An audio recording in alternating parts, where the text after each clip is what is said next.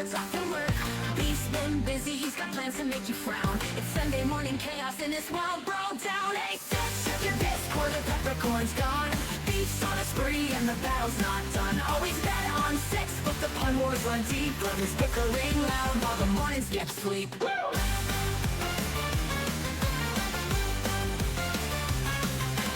Boomer brothers clash, their jokes take the stage. Words fly like arrows in this family cage. Boom, a pun lands sharper than the sword. Echoes of laughter, no one's getting bored. Hey, six, check your Discord, the peppercorn's gone. Beef's on a spree and the battle's not done. Always bet on six, but the pun wars run deep. Brothers bickering loud while the mornings skip sleep.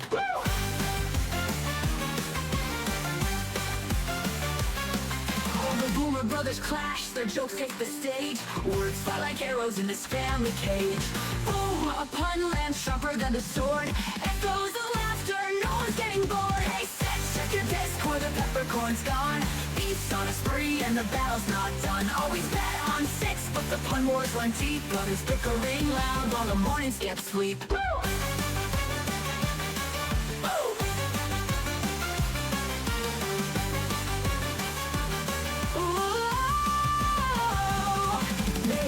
Bits of dignity, banter fuels the flame. Six throws the rules out the window of the game. Beef's always scheming, its smirk betrays his plan. The BroDown's in full swing, there's no cover this clan. Hey six, check your Discord, the peppercorn's gone. Beef's on a spree and the battle's not done. Always bet on six, but the pun wars run deep. Brothers bickering loud while the morning skips sleep. The morning skips sleep.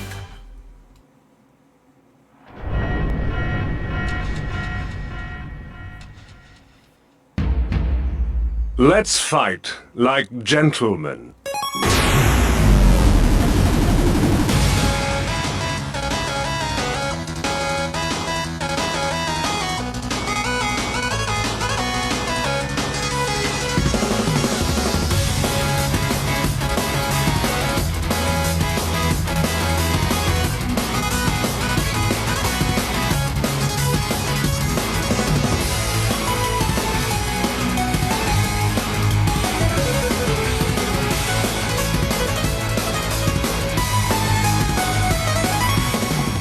It's showtime! Go for broke!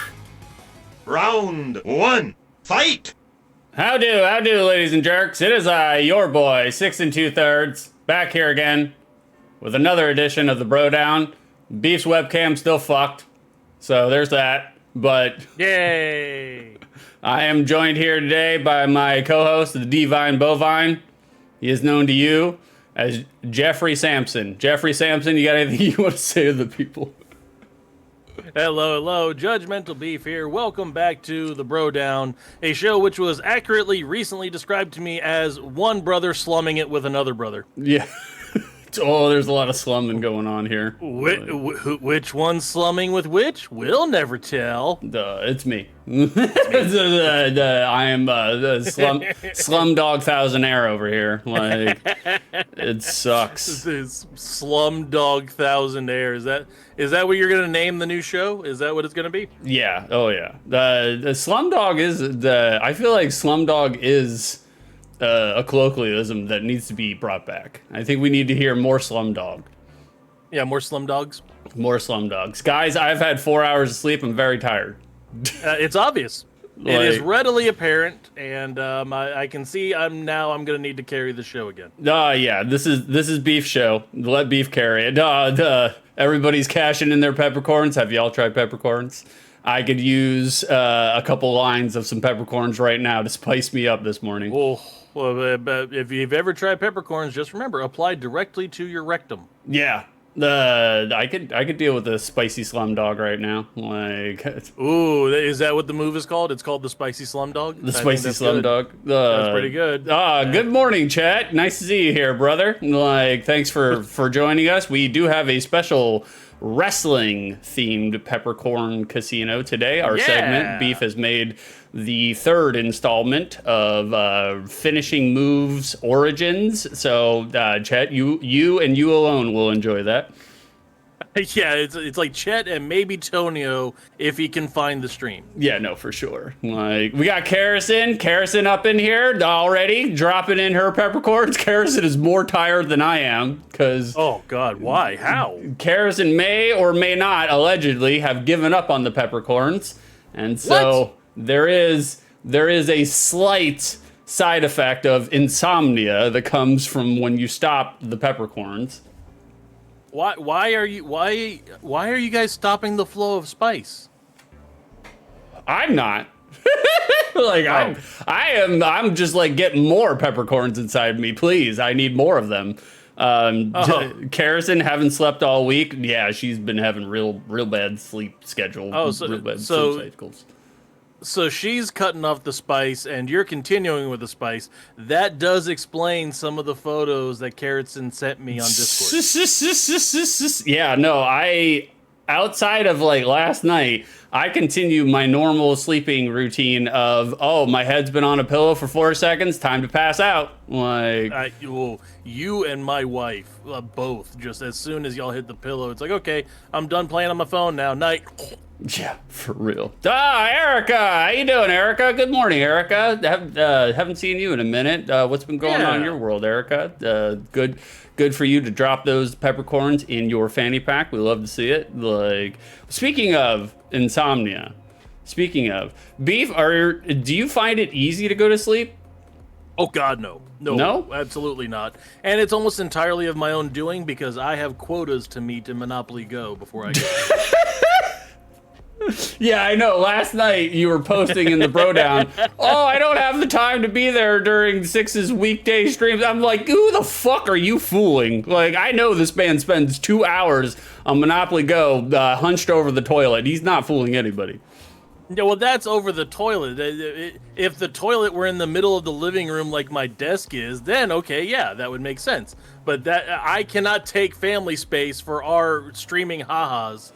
Why do you think we're streaming at 7 in the fucking morning? Yeah, no, for sure. Like, it's hilarious because, like, look, I'm not gonna judge Beef because I would never. Because I do that myself. I would never judge judgmental Beef. However, like, I am firmly aware that Beef's bathroom time is daddy alone time, and I don't mean that I don't mean that in a masturbatory sense. I mean that in just like it's that too. No, it's just like it's the only time that the man gets time to himself. So I understand the world of dad toilet time, you know.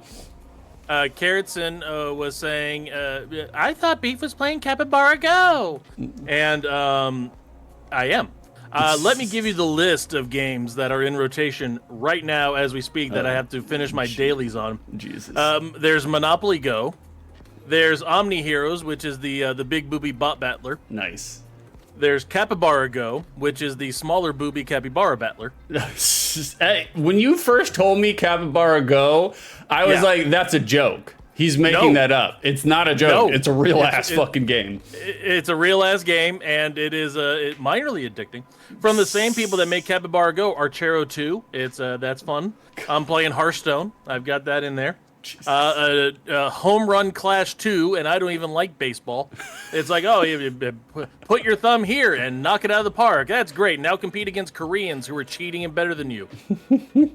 And then Top Heroes, which may end up getting. I have no way of just. It's basically auto battler D&D, and it's like, I don't like it. So I may be done with this by the end of the week. But there you go. I'm currently rotating 8 games. First time in history, I have no wrestling game going right now. When did you first start getting into mobile games? Because, like, as soon as I got a phone. Yeah, I was like, I cannot remember the last time Beef was not into mobile games. That's how long it's been. Like, well, it's like, oh, you like gambling? Okay, here's all these gacha games. Oh, you like playing video games at all? Oh, that you have no private time? Here's a phone. You can play it while kids watch YouTube videos, and you hope they don't cuss and make 420 jokes. So it started from 911, right? Like, that's where you first started doing mobile games? Oh, no. God, no. No? Before 911? Do you remember the first mobile game that you got real big into? Well, I mean, I've been playing Hearthstone for 11 years now. Oh, Jesus Lord. God. Yeah, like off and on. I'll take a few months off here and there, but literally 11 years playing Hearthstone, and it's not as much of a mobile game, but there are mobile games to it. There's that. There was like an old Marvel Hulk game that I got super into when it first came out, and that's when I really realized, oh look, I can play video games on my phone. Woo wee, what'll they think of next? Woo wee. I mean, but really, how many hours did we spend playing Snake on our fucking Nextel brick phones? Innumerable, countless hours. I have beaten Snake, so like, how do you beat Snake? I don't think you actually can beat it, but I have beaten it. I was like, I've beaten it. Oh, I think you get to a point where the snake is too long and you can't move anywhere, and it just restarts. Time to check in with chat real quick. Chat asking me, how much money do I spend on mobile games? The answer is yes. Wait, what? At your peak, at your worst addiction to mobile games, how much were you cranking out? Okay. Years ago, I was playing Wrestling Candy Crush. That's not what it's really called, but I'm not going to give it the honor of saying it's out there because nobody should play this fucking thing. It is all gacha, all dopamine hits, no strong gameplay to it, no story whatsoever, but it got so competitive. Chet, I've spent on that one too, I understand. They would have packages to draw wrestlers and to draw abilities, and they had 5 different sets of fucking currency and 1 rotating set of currency every month that changes that you had to buy to get into. There was one year where I went to my wife at Christmas time and said, hey baby, can I have $200 as my Christmas gift, and immediately put it into that game. Holy shit, this man was hard up for the mobile game funds. Now I have cut way back.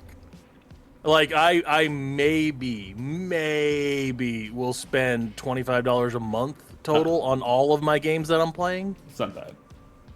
That is a big hit, because it got to the point where it's like, oh shit, if my wife looks through the bank account and measures all the things that I may have bought, we might be getting divorced. Oh yeah. Yeah. We're several hundreds. I was gonna say, what you didn't answer the question. You're doing a Donald Trump evasion. What was the maximum that you've spent? Oh. What was at your worst? Probably $400 or $500 in a month at one time, like just pure addiction spending on this shit. Oh my which I God. had to curb. And it's like, oh wait, no, this is a fucking problem. I need to stop this now. I was like, at least when you were addicted to scratch-offs, there's the potential for real-life money there, you know? Oh, no, I'm still addicted to scratch-offs. I haven't bought one in 2 weeks, and I've been scratching my neck every time I go to public. God. Kerrison, would streamers hang out with capybaras in real life? I feel like yes. I feel like I would. They seem gentle. They seem snuggable. Like, they don't seem... That's the thing, is like you see videos of people hanging out with pandas, and you're like, oh, pandas are sweet, but pandas are assholes. They're fucking bears. So they'll terrible idea. Yeah, they'll fuck you up just like any other fucking bear would. Yeah, and polar bears, they look all big and sweet, and it's like, no, they will absolutely decimate anything that has meat on it. Yeah, Coca-Cola lied to us. You give a bear a Mexican Coca-Cola bottle, polar bear, he's still not gonna be happy. He's still gonna slice your throat out. But no, capybaras are gentle. They're chill. They really are like the embodiment of this show. Yeah, capybaras are the BroDown spirit animal. No, I am many things. Well, for the most part, when I'm not running a business and I'm stoned out of my gourd, I'm a fairly chill person, fairly relaxed. But that is maybe 3% of the time as of the last 3 years. So like, even this morning and yesterday, Six is starting fights with me about things that he wants to go a certain way. No.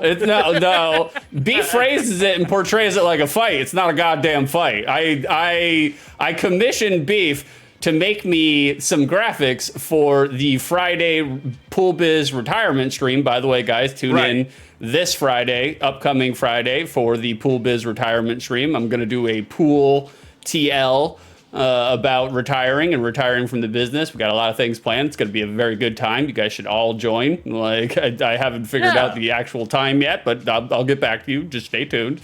And at that point, the business will be dead pools. I commissioned Beef to make me some graphics for the Pool Biz retirement stream on Friday. Tune in. But like, Beef got so into it, and I knew he would. I knew he got wrapped up, and he's like a little kid who like can't keep a secret. So he's telling Karrison and me last night that he's going to unveil all of them during the BroDown, and I'm like, no, you're not. This is for the stream on Friday. That's when I need the content. Don't leave me hanging here, you know? So I was just like, so there was no argument. There was no fight. Beef wanted to do something, and I said no. Well, and that's the issue. It's because it's like, I didn't realize that he needs it to be revealed on the retirement stream for some reason, instead of just having it for the stream, which is what I thought he needed graphical representation or something like that. Yeah. No, but he wants to waste 20 minutes of him screaming, laughing on stream instead of on this show. Well, I figured I would call you during it. So it's like, even if he can't be on stream or watch, I figured, well, he can probably take a 10-minute phone call. So. Well, it's not going to be 10 minutes, though, because I've got 4 graphics for you. Lord Jesus Christ. So it is literally, I'm going to set a timer on my phone to show up every 20 minutes into your show on stream and drop you with a new graphic. Okay, that's fine. I like it. That works. But I did acquiesce, and this morning I had a rare moment of mercy, and I was like, you know what? We can unveil one of them. That's why it wasn't a fight, because it's like, okay, I'm not going to dig my heels in on this. I have said my piece and said what I wanted to say. Six has said his thing. I'm just gonna let it go. And there's a better than 2/3 chance that Six is gonna go, okay, fine, within the next 24 hours. That's the way it works with Six. Well, I figured, yes, that is the way it works with Six. Is like, his initial reaction to anything anybody suggests is no. And then it's like, oh, well, okay, that might not be so bad. Okay, fine, we'll do this. Yes, I was gonna say, anytime in which I say no, give me an hour and a half, and I will come back around, and I will give you 13% of what you want. You know, like you can set a fucking clock to it. You really can. I don't know how many times Six has cussed me. Nah, it's a terrible idea, and text me back 2 hours. I'm sorry, I was feeling shitty. Yeah, that's all right. We can do that. We can do that. Like, not a problem. So we are going to unveil one of Beef's Been Busy as a means to hype up the show on Friday. That's how you do it. Do you want to do that now, or when do you want to do that? We'll do it in just a second. Okay. Erica, Friday I will be imminently invading your turf, so I will potentially have plenty of time to kill. Huzzah! Whereabouts are you going to be, Erica? In Florida? I want to make fun and poke fun of where you're going to be and scare you and your Mennonite homestead. You know. Yeah, there are lots of Cape Coral. Cape Coral? My God! Wow. Ooh, Cape Coral's not that bad, actually. Cape Coral is actually pretty good. Out of all the places you could pick in Florida, Cape Coral is not a bad one. Oh no, Carroton agrees with me. I mean, Cape Coral just gross. I mean, it's so bad. Carroton immediately moved there, going down to Florida. Yeah, only for 1 month, and like. Carroton has her own negative associations with Cape Coral. Don't let that paint you your experience, Erica. But you know, Carroton, don't listen to Six, you'll hate it. Oh god, nice. Don't listen to Six, you'll hate it. Fantastic. Threading back. Beef, are you an easy sleeper? No, God no, absolutely not. I fill my eyes with blue light, immediately before I go to sleep, and. So normally I have to wait until my body is physically ready to pass out before I go to sleep, and it's not healthy, but I also continue to do it because it's a habit. It's funny because the easiest way to get Beef to sleep is to feed him. That is 100% a thing. Like I have a newborn baby schedule. Yeah. If you put some carbs in me, give it about 45 minutes, I'll need to have a shite, and then I'll need to have a nap. And that's the way it works. Literally, beef makes room in his stomach, and then the process of him making room in his stomach tires out his the diabetes-inflicted body. And then after he takes a shit, he immediately falls asleep for a 2-hour nap. Well, when you've got this much stomach, it takes a lot of energy to clear it out, honestly. I mean, have you ever tried to clear out a storage unit before? How tired are you after that? That's literally the process of me evacuating my stomach every time. And my system's super regular. If I eat, I have to go within the next hour.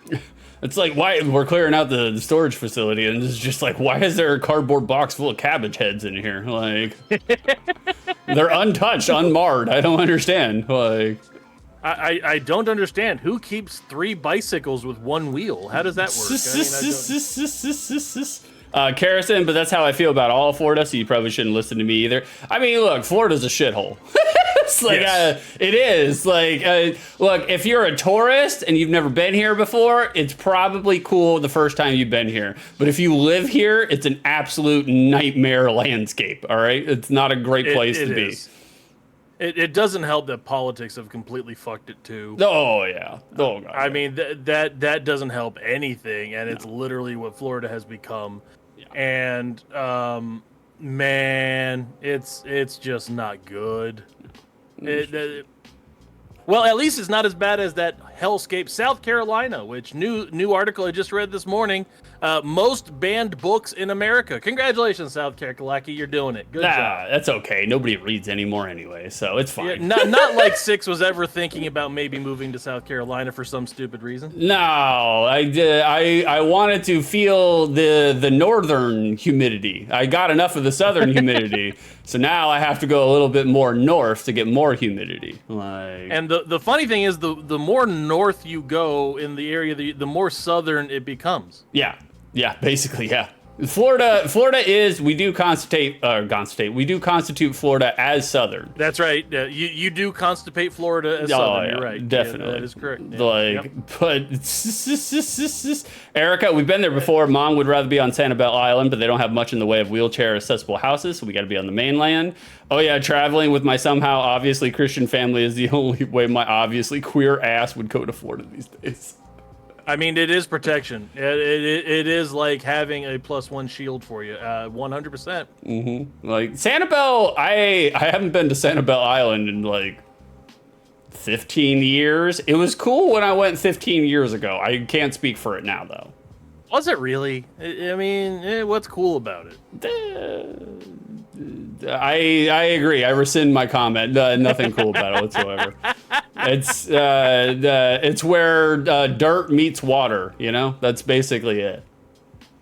Erica said, "My mom just loves the shells on all the beaches." Oh, okay. I mean, there's lots of shells on lots of beaches. You can go to Lido Beach in Sarasota, SODA, and it's literally all shells nowadays. Yeah. Well, here's the thing. It's just like the Florida tourism will sell you on the sunny beaches and the sandy dunes of Florida. But here's the thing. Any Floridian who actually goes to Florida or lives in Florida and has been to the beaches knows a couple of things about Florida beaches. One, there's a shitload of mosquitoes at them. which is so ridiculous. It's like, let's go to the place where you wear the least amount of clothing to get mauled and ravaged by blood-sucking insects. Two, And that doesn't even include the sand fleas. yeah, no, I was gonna say there are sand fleas and sand gnats, like biting gnats. So it's like, even if you don't get the mosquitoes, you get the biting no-see-ums, which are completely unaffected by insect repellent, by the way. You can keep the mosquitoes back with insect repellent, but the gnats, they don't give a fuck. They're just like, creamy dressing. Thank you for putting this on your skin. Right. But no, on top of that, like, the sands of Florida beaches, if they don't have sand spurs, they have a shitload of broken glass in them. So it's like you sit there and you bury your feet into the sand, you get them sliced up by some Michelob Ultra bottle.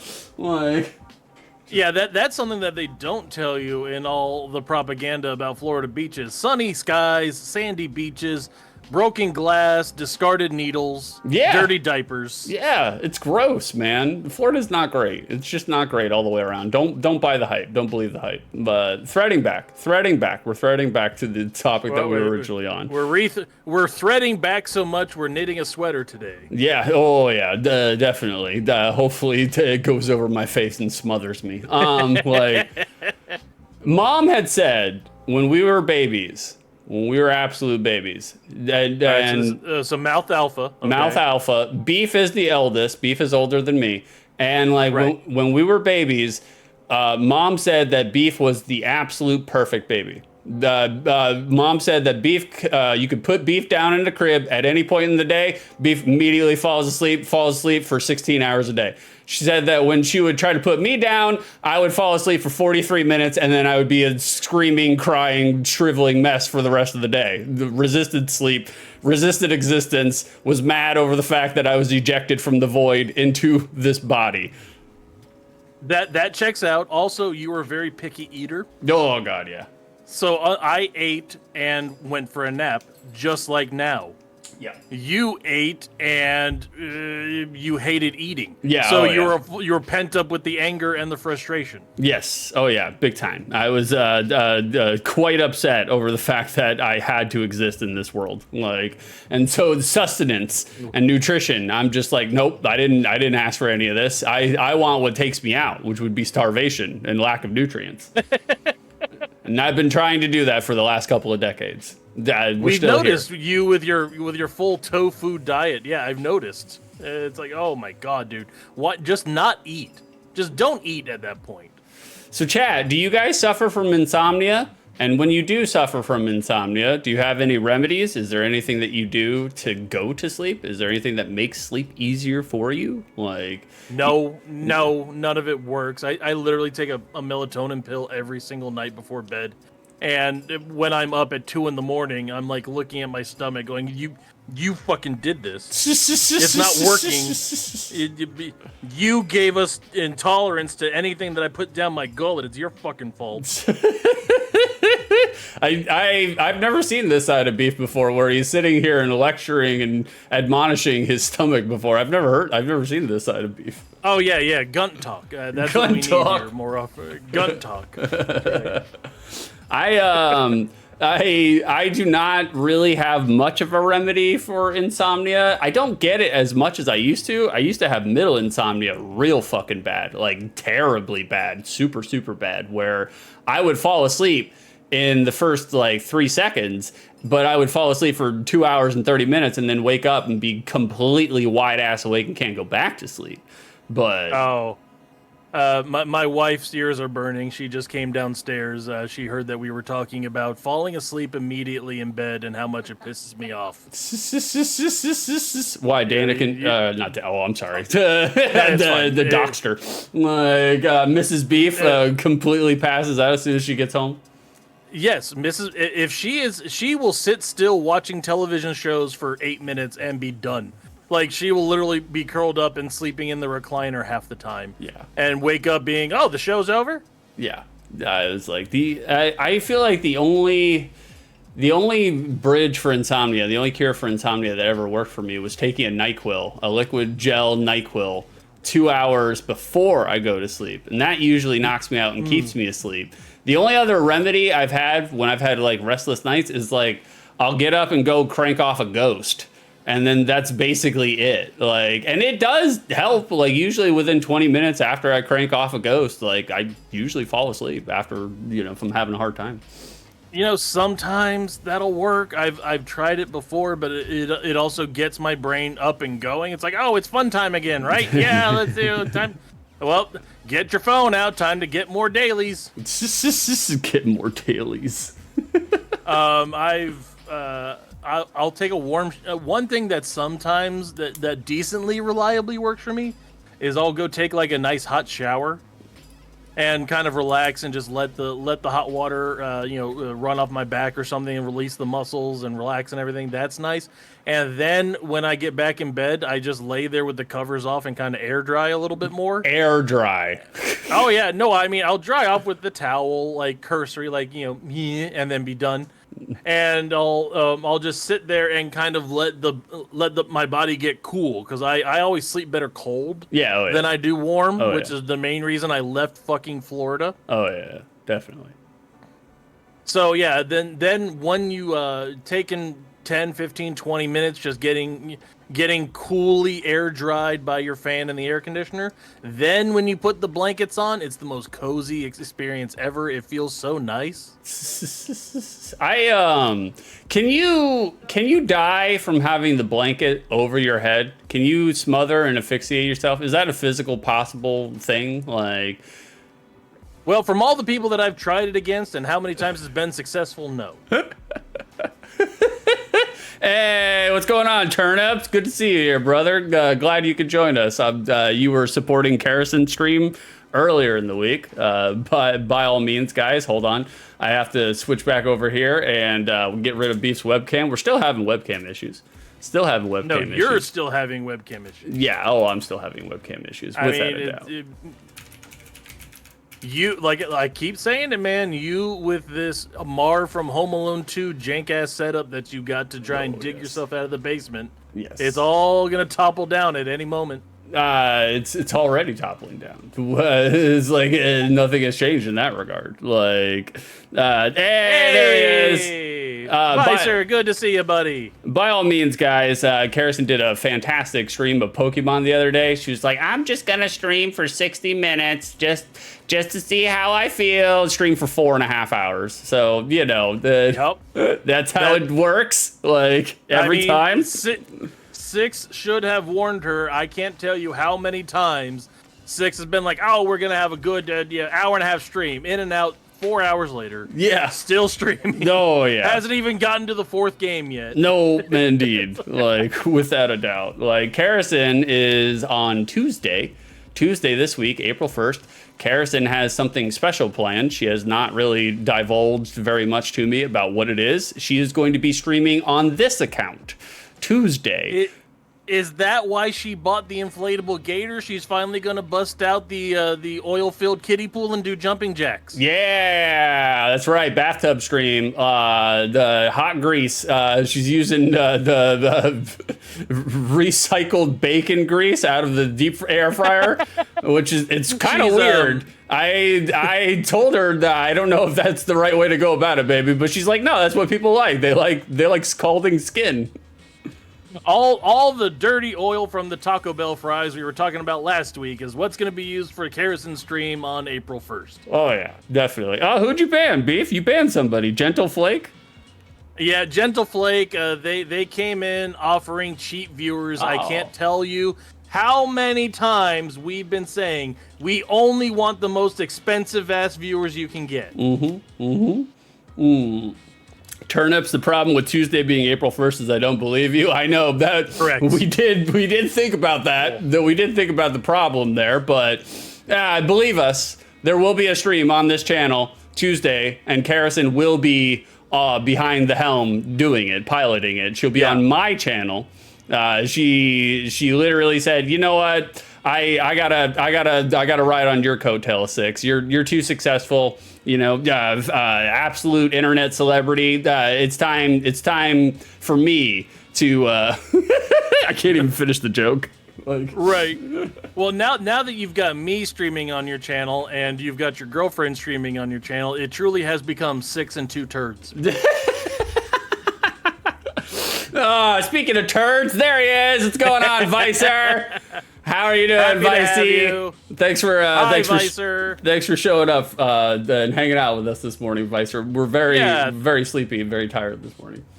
Good to see you, Vicer, and trust me, buddy, we support you and nobody else. Yeah. I promise. You, Beef is you and Yorkie. Yeah, Beef is he's throwing out the deep shade with the gossip that I told him. I told him I would tell him later. I have no idea what Six is talking about. I am speaking purely and improvisationally, I created all this on my own with no other reference point to talk about. Hey, what's going on, Nem? How you been? Dang, I better leave then. Like, Nem, our resident psychotic German. Like, we love it. I always Nem is the one I always associate with the sausage nunchucks. The sausage nunchucks? I don't. That was that Nem that we made that joke for. I can't remember. It's a possibility. All of this dumb bullshit that we make up on the spot is kind of bleeding together over the last 2 years. Vicer, you've seen 40 consecutive streams? Oh my God! God bless, dude. File a restraining order on this man. Oh Lord, Jesus! Stalking. Stalking. God. Vicer. So this is what retired six is like. Well. You can remove some other R word. You can remove the first two letters from that sentence. Yeah, this is what tired six is like for sure. Like it's been a long and stressful week, boys, but we're at the very, very, very end of it. Monday is my last official work day, and then I am out of the business. I am no longer a business owner. Like it's been very surreal, very surreal. And I don't recommend that anybody have a business in which you have 100 clients and you provide a physical service. I don't recommend it. Yes. I mean, good for the money. Good for the money. Well, you make good money, but that's all that you get out of it. And if you're looking to have a social life or inner calm or peace when you get home, none of that exists. Like none of it. Yeah, no, being in customer service or being in service of any kind, no, it is no way to live your life, son. That is not good. No, it's not. Especially when you're reliant on the happiness of the service to continue to live. Yeah, no, that's the hard part. Go ahead.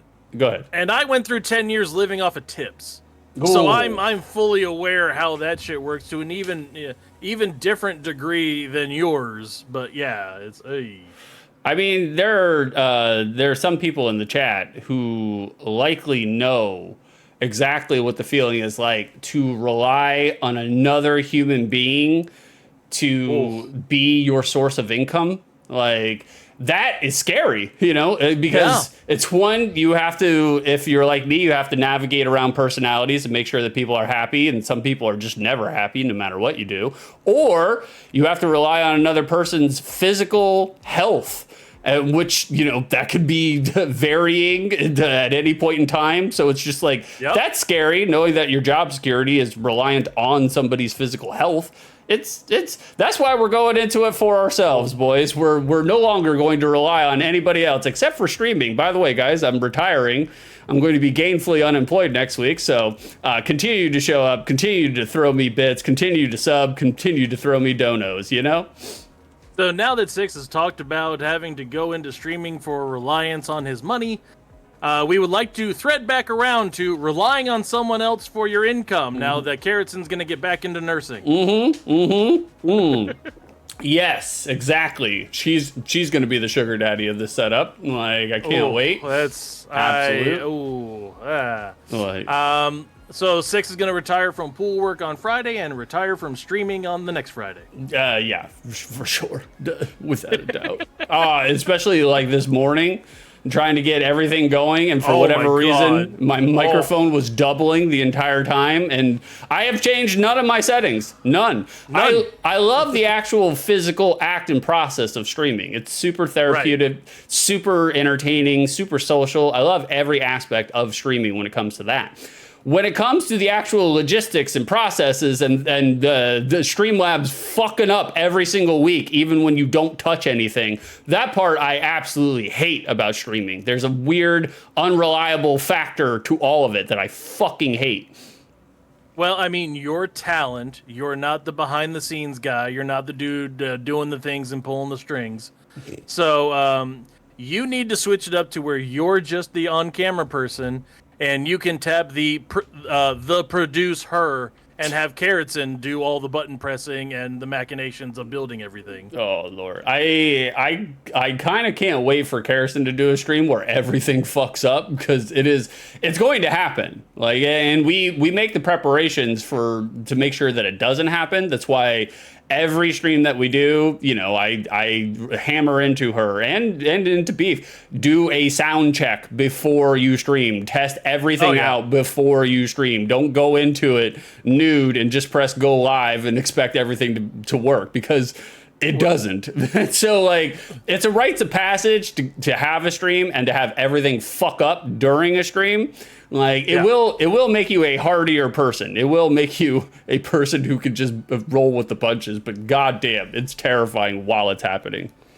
Well, also, it gives Six the opportunity to tell me every single week, "Now, shut up and keep talking." Yeah. Every single week. That is his prize for showing up for the BroDown, is being able to tell me to shut up and keep talking every single week. Yes, I tell Beef literally as we're doing a sound test, shut up and talk. Like, and so that's Beef's cue to stop talking about whatever he's talking about and just do test noises.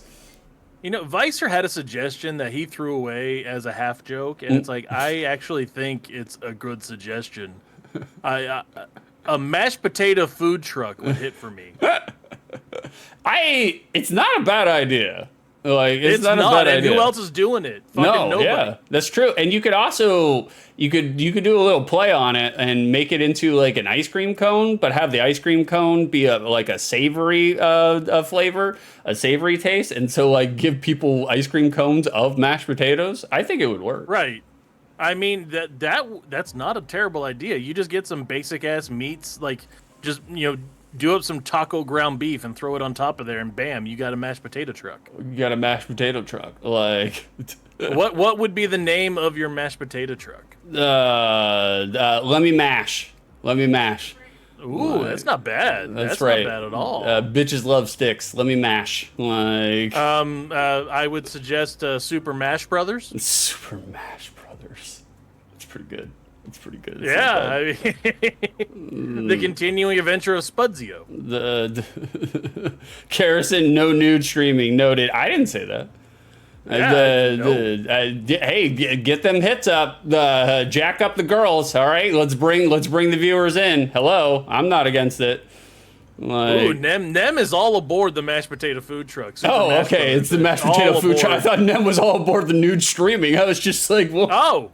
Oh, I mean, either or I mean. I was like, we see you, Nem. Like, so. Super Mash Brothers can also be taters, but it could also be peas. No. You can do mashed peas as well. Nem, every stream offers a new mystery for the viewer as well as the streamer. You are correct, Nem. It's absolutely correct. Like, Nem, though I might be biased as a half white potato myself. I mean, as a full white potato, I fully understand now. That's right. That's right. Beef is your big russet, like Big Russ. Checking in here. Except it's already a pre-peeled russet, because it has gotten back into shorts weather where you can't wear pants without getting the swamp ass. Shorts. So weather. I am wearing the basketball shorts again. My particular one variously colored camouflage shorts that I got from Walmart for $8.99 a piece. Nice. And I have realized that I can blind drivers with my translucent ass legs. Beef, if Beef is so pale, he looks like a urinal with a toupee on it. Like, honestly, nothing has better fit the whole looks like a clear garbage bag full of curdled milk than me. I mean, I may be whiter than Seamus right now. Oh God, it's unfortunate. A trash bag of curdled milk. That is real unfortunate visual imagery. Well, you know, I have upgraded a little bit. I might be a quart-sized Ziploc bag of cottage cheese. Beef, what's been going on with your radio gig lately? Oh, oldschoolvegas.hits.com. Fantastic. We were actually up to 2,000 hours listened last month. Oh. Yeah. It was like 150% increase over February, which, by the way, was our first month on the air. It's Old School Vegas Hits? oldschoolvegashits.com. Okay. Old school Vegas Actually, shits. and let me check out old school Vegas shits, and let me check that real quick and see if it's right. I think that's gonna lead to a Street Fighter 2 boss Shisa website, but we'll see what happens. Oh god. I also gotta figure out we got a new ring light, and the ring light that we have. Okay, yeah, there you go. Oldschoolhitsvegas.com. Don't go to oldschoolvegasshits.com because that is not going to be what you were looking for, except for maybe Nem. Wait, why do Germans get associated with scat porn? Like, where did that come from? Like, I'm not sure, and I'm also not going to research that. You enjoy. Have fun. Harrison, tell us why that is. yeah, Carrotin, look up some German Scheiß porn, and can you give us the history and background behind it? Thank you. You're a research analyst. Let's hear the research. You're the producer, so you go look that up. Don't give me a 555. Come on now. This is the best way to wake up. German Scheiß porn. Like. There you go. That's better. Oldschoolhitsvegas.com. That's the one that you want to go to. So it's not old school Vegas hits. No, it's old because you confused me with the whole Vegas shits thing. So it's like, oh, the joke got in my head. So my head immediately goes to bits. Oh god, it's so hilarious. How long have you been working at this radio gig on the weekends? I think this was week 6. Week 5 or 6, 6, and the something man like that. doesn't even know his own URL. To be fair, I literally speak like 3 minutes an hour in between, or maybe 3.5 minutes an hour in 5 talk sets in between Smokey Robinson and Rick Astley. Ignacio, hey, how's it going, brother? How you been, man? Yeah, it's been a minute. I'm glad you could join us on this Sunday morning's edition of the BroDown, man. Yeah, Ignacio, good to have you, buddy. We'd also love to have you at oldschoolhitsvegas.com. You can learn all the latest news and the weather that's going on in the Vegas area. Take our Vegas fun poll and tell us which decade of music was your favorite, the 60s, 70s, or 80s. I love Beef shilling shit that he could not give a fuck less about. Like, I voted for the 80s, and we're winning by 68%. So I think I'm the only one who voted. Vegas fun poll is hilarious to me. Like, that's so fucking funny. The 80s, you said 60s, 70s, and 80s? Is that what the... Yes, that is the March fun poll at oldschoolhitsvegas.com. The 80s were, out of those three, the 80s were the best music generation. The 80s are, however, I've been on a lot of cruise ships where they were having 80s dance parties and 80s midnight parties or whatever. 80s music is not easy to dance to. It is so fucking slow. It is not easy to dance to. Well, it helps when they're like shooting cocaine out of the foam blowers that they use for techno raves. Oh, we got a redeem here. We got our little resident German redeeming a hydrate toast. I got you, Nem. I got you, Nem. You ready? You ready? Here we go. Let's hear it. A toast! A toast! A toast! Kids should not run with scissors. And lesbians should not scissor with the runs. Slancha. Thank you very much for that, Nem. Appreciate you. Appreciate you. Oh, Lord. So, Beef, what is it like being a radio DJ nowadays? Like, is it fun? Is it everything that you remember it being? Like, is it... Do you have... Nope. All right. Well, thank you for letting me hang. Like, is it... No, do you find yourself daydreaming about success within the radio biz? I do, but only because I want more money. I'm having fun with it. It is enjoyable. It's fun looking up things. The thing that is discerning is that I am too much of a perfectionist. Oh, yeah. Which I know you can't tell sitting there looking at me doing this shit. But if there's a tiny detail that I get wrong listening back to my recording, it becomes, fuck it, we're doing it again. Yeah. Doing it live. Next thing you know, I've spent 45 minutes doing one 30-second ad read, and it's like, oh my god, no, just stop, just stop. And I want to like just throw my mic through the window next to me at that point, and because the technology that we use to go through and do the show, we hit a button, record live, and it automatically plugs it in. But that also means that I can't record my segments and stitch them together and make a Franken-bit out of it. Franken-bit. So that if I had that ability, because a lot of times there are reads or things that I'm talking about, it's like, oh, that hits, and then I fucked up the ending and I got to do it again. And it's like I can't figure out how to transition talking about John Wick to let's now stay tuned for the Supremes. That sort of thing. That is hard. That's a hard segue. You need a pro level segue for that, like. Right. So not an easy segue. Like I think one segment this week I'm talking about Pulp Fiction. Oh. One of my top movies of all time. I love Pulp Fiction.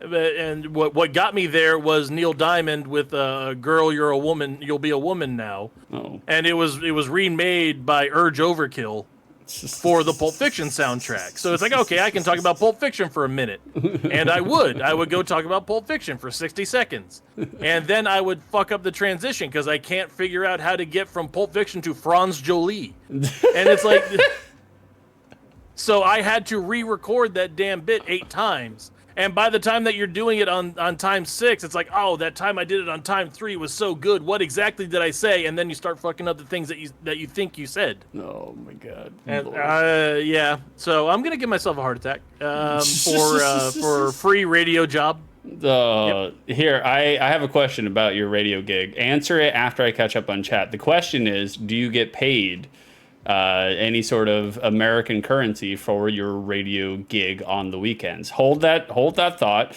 Ignacio is a bit early, but glad to be here. Ignacio, oh my god, I thought Streamlabs said take a gender. LOL. Yeah.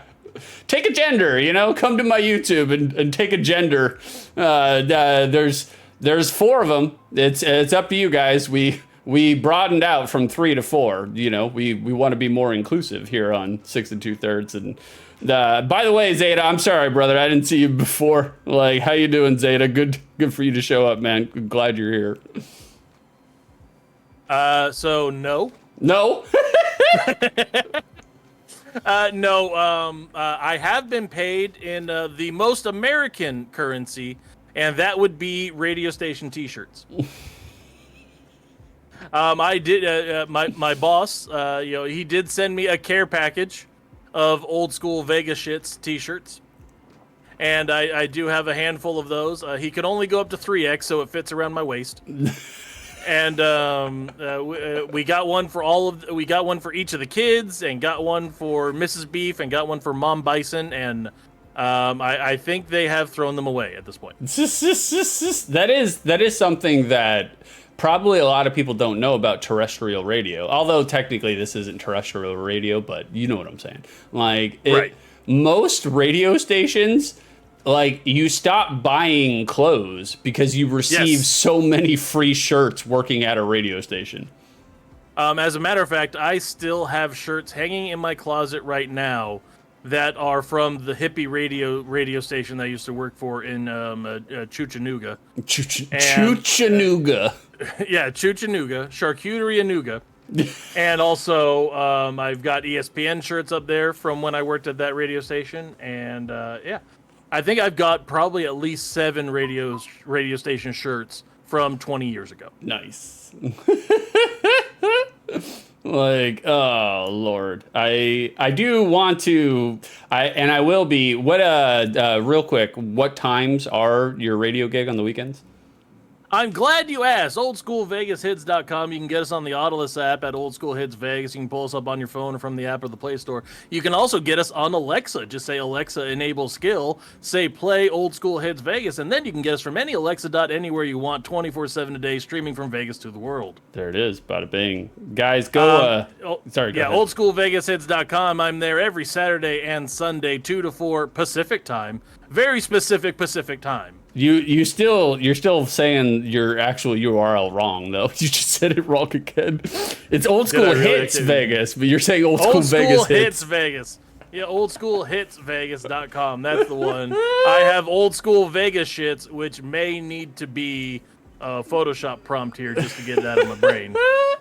I do want to tune in and listen to Beef on the weekend. And now, after Monday, I will no longer be in the business, so I will have a very open schedule on my weekends. And so and just leave it open and give us more listenable hours. Because as we get to more and more thousands of listenable hours, that's when my boss can sell advertising and cut me in for a piece of it. Exactly, guys. If you want to help Beef on the weekends, go to oldschoolhitsvegas.com and listen Oldschoolhitsvegas.com. No, not just on the weekend. All the time. Yeah, all the time. 24/7. 24/7. Leave it open. Go to sleep to that shit. That's That's how right. you go to sleep Exactly. with Smokey Robinson and Marvin Gaye. And the Rolling Stones and Cher and Smokey Robinson. That's the way to sell it. Smokey Robinson. Wait, what's wrong with Smokey? I like some Smokey. I don't.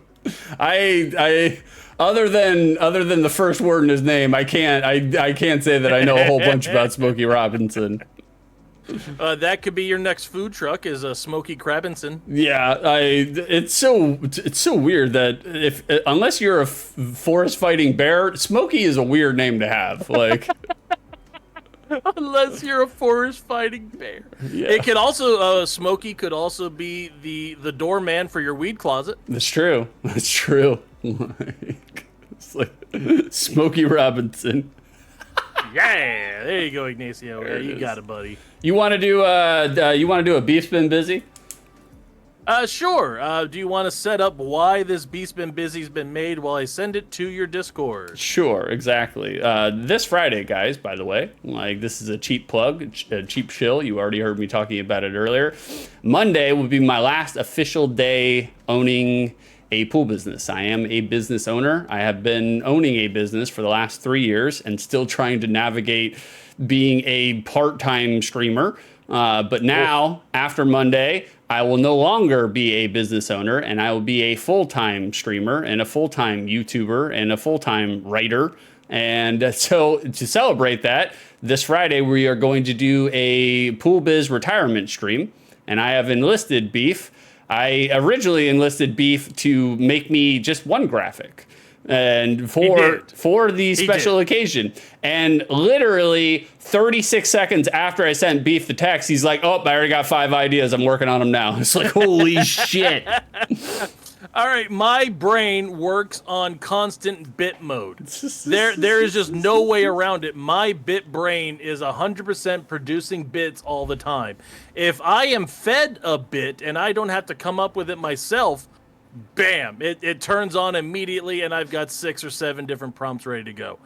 I started working on all of the stuff for today's show and for the retirement show Friday night after work. Yeah.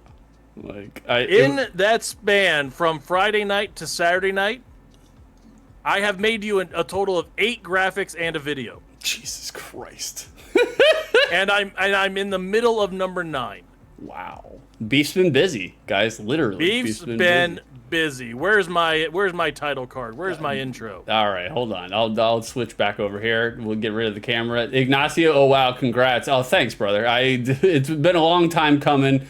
I've made the most money I've ever made in my entire life. However, I have no social life, and I'm absolutely miserable, and all the creativity is being wrung out of me. So, I don't necessarily, suggest being a business owner, but, No. And to give you guys a little sneak peek, I do not know anything of what Beef is going to show on today's show or on Friday. I have been kept out of the loop, and I have told everybody I do not want to know. I don't want to know any of it. I want it to be a surprise. I want it to be a secret. Like, I want to react on stream, naturally. Did you see any of how Carrison was reacting when she was getting the previews? That's where I'm going. which Oh, is okay. like I was literally laying in bed last night with Carrison, and Beef was just blowing up her inbox non-stop with everything that Beef has been doing, and Carrison fell out of the bed with diarrhea 2 times laughing. Like she told me, she's like, look, I have never shit myself in my life, but you can tell your brother that if I did have to shit when he sent me that, I would have shit myself laughing. That's high praise. High praise from Carrison. Good. And there's one in there that my wife went, are you sure you want to use that? she actually went, that is a naughty, flattering picture. Are you sure you're going to use that? And it's like, oh, man. So thank you, Carrison, for all of the material that I used to just destroy Six with these pictures. Oh, yeah, definitely. I told Carrison last night. Carrison said, are you sure that you want me to use these photos of you? Are you sure that, because like I have said to Carrison, like, look, anything is fair game. If it contributes to the bit, if it contributes to content, I don't care if it embarrasses me. I don't care if it makes me look like a goofus. It's all fun and games to me. So, and to be honest with you, it's turn around is fair play. Turnabout is fair play because I go out of my way to rib the shit out of Carrison and make fun of her. So also, how much dumb shit do I say about myself on these shows? Oh yeah, definitely, without a doubt. Like, look, guys, we're shameless in the regard that, like, you know, we can take a joke. It's right. You know, it's, we know how to play. And who also, cares? like, if you're doing a bit about somebody, if you're making fun of them in a creative way, that's like highest Right. praise that you can get, really. Like, Exactly. It means I cared enough about you to open up Adobe and fight with that to make it work regularly and to create something. I actually went out of my way to develop something over the course of 1 to 4 hours that I thought would clown you, but also make you cackle laugh. Oh yeah, definitely. Like Vicer. Oh, and go ahead. no. Speaking of cackle laughing, Vicer, I realized earlier this week that York misspelled judgmental in this graphic. Tell him to fix it. Fix it now. Also, we love you and York and nobody else. You're great. Yes, exactly. We are team rabbit cult. And, we worship the moon. Like I am not actually a cult member. I am a cult facilitator. I am the one who collects the cult members. Like You are a rabbit moon cult ally. me myself, I chew down the blood moon when I drink it. But you know, other than that, like we are here to recruit. Like, All right. Well, speaking of being here to recruit, Six, check your Discord. guys, Beef's been busy.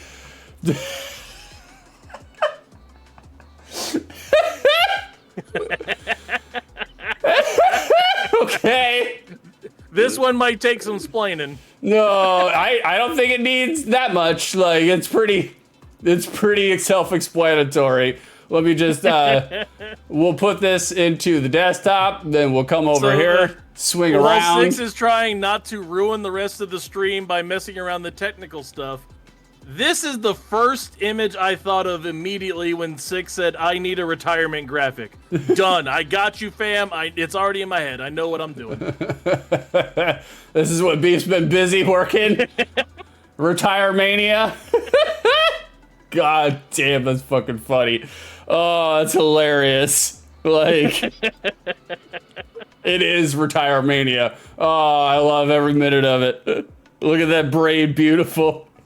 I would like to point out that this is going to be a continuing theme in all of these photos. Hold on. Oh, God, Shroom. Oh, it fucking blacked it out because I put it over the actual... it's okay. We fucked it up. That's all right. Shroom pissed off the wrong pool guy and got maced with a spray bottle of hydrochloric acid. Oh, Shroom. Shroom never piss off a pool guy with a spray bottle of hydrochloric acid. Never do it. Never. And Also, perfect timing from Shroom getting the dong in there for RetireMania. For sure. Hold on, Shroom. Let me give it to you again. That's right. There it is. Vicer, thank you. No, Vicer! not only ruined the entire family holiday dinner, but also immolated themselves when they dropped the frozen turkey in the deep fryer. Oh, Vicer's dead now. Shroom's dead now. We hardly knew ye. I knew Vicer as soon as he said I wouldn't die like that. I knew he was gonna say I hate turkey. I hate I'm turkey. right there with you, Vicer. Turkey sucks. The turkey does suck. It's the worst. Like I don't mind deli meat turkey though. So what's your favorite aspect of RetireMania? Oh no. Oh, Zeta! Picked apart an inch at a time by a gang of nefarious crows. Never piss them off, Zeta. Never. They'll take all of your windshield wiper rubber out of the car. Zeta's Those dead bastard now. crows. We hardly knew ye.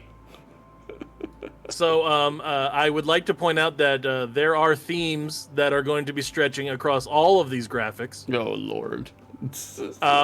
For one, every single graphic has a Six's new braid photo in it. Oh, Jesus Lord. God. Also, I have decided completely on my own, without your approval, the entire bit is named RetireMania. Okay, that works. I think that's fucks. So we're reusing RetireMania for all of the photos. It will be an aspect in all of them. Shroom, that'd be a lot of work. I don't even have a pool. That's okay. You can still get maced by your local pool guy, you know? Like the Shroom, they're dropping like flies over here. They are. Y'all are very susceptible to mortality, apparently. Like not me though. Oh yeah. Not me. The wicked, they keep living. I'm gonna need y'all to stop dying because we can't afford to lose 3 viewers. Exactly. I mean, honestly, I was talking with my wife last week. It's like, I have 3 dads in the hospital within the last month. I'm gonna need all of them to stop trying to die. Yeah, no, for sure. They are literally the toxic masculinity it's perishing. It's overflowing. Yep. It is backing up into the bloodstream. So there you go, Six. I'm happy you seem to be happy with your first retirement gift. It's RetireMania Hell on yeah. Friday for the Hell yeah. OTL Pool TL retirement stream. Six is gonna have a great time just cackle laughing at whatever bullshit I throw at him. For sure. Oh, without a doubt. It's going to be chaotic. I guarantee you it's going to be chaotic. I have no doubt in my mind. I don't think they could tell.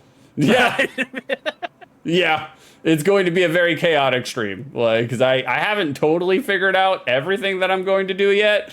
I have a good idea of what I'm going to do, and it will be entertaining. Without a doubt, it will be entertaining. There will be blood. There will be entertainment. I was gonna there say, will be punch and pie. Punch pie. If you guys ever wanted to know information about pool cleaning that you never wanted to know, you will get a thorough, comprehensive tutorial. All right, so one of my favorite things that we did was we did the independent game stream, and you played pool simulator, cleaner simulator. The demo, not the full edition. The demo of it. Yeah. Did they ever release a full edition? They did. They did release a full edition, and they released a full edition, and I bought it for Vicer. I gifted it to Vicer for Christmas. So. Oh my god. I wanted to make sure that he had that option just in case, you know.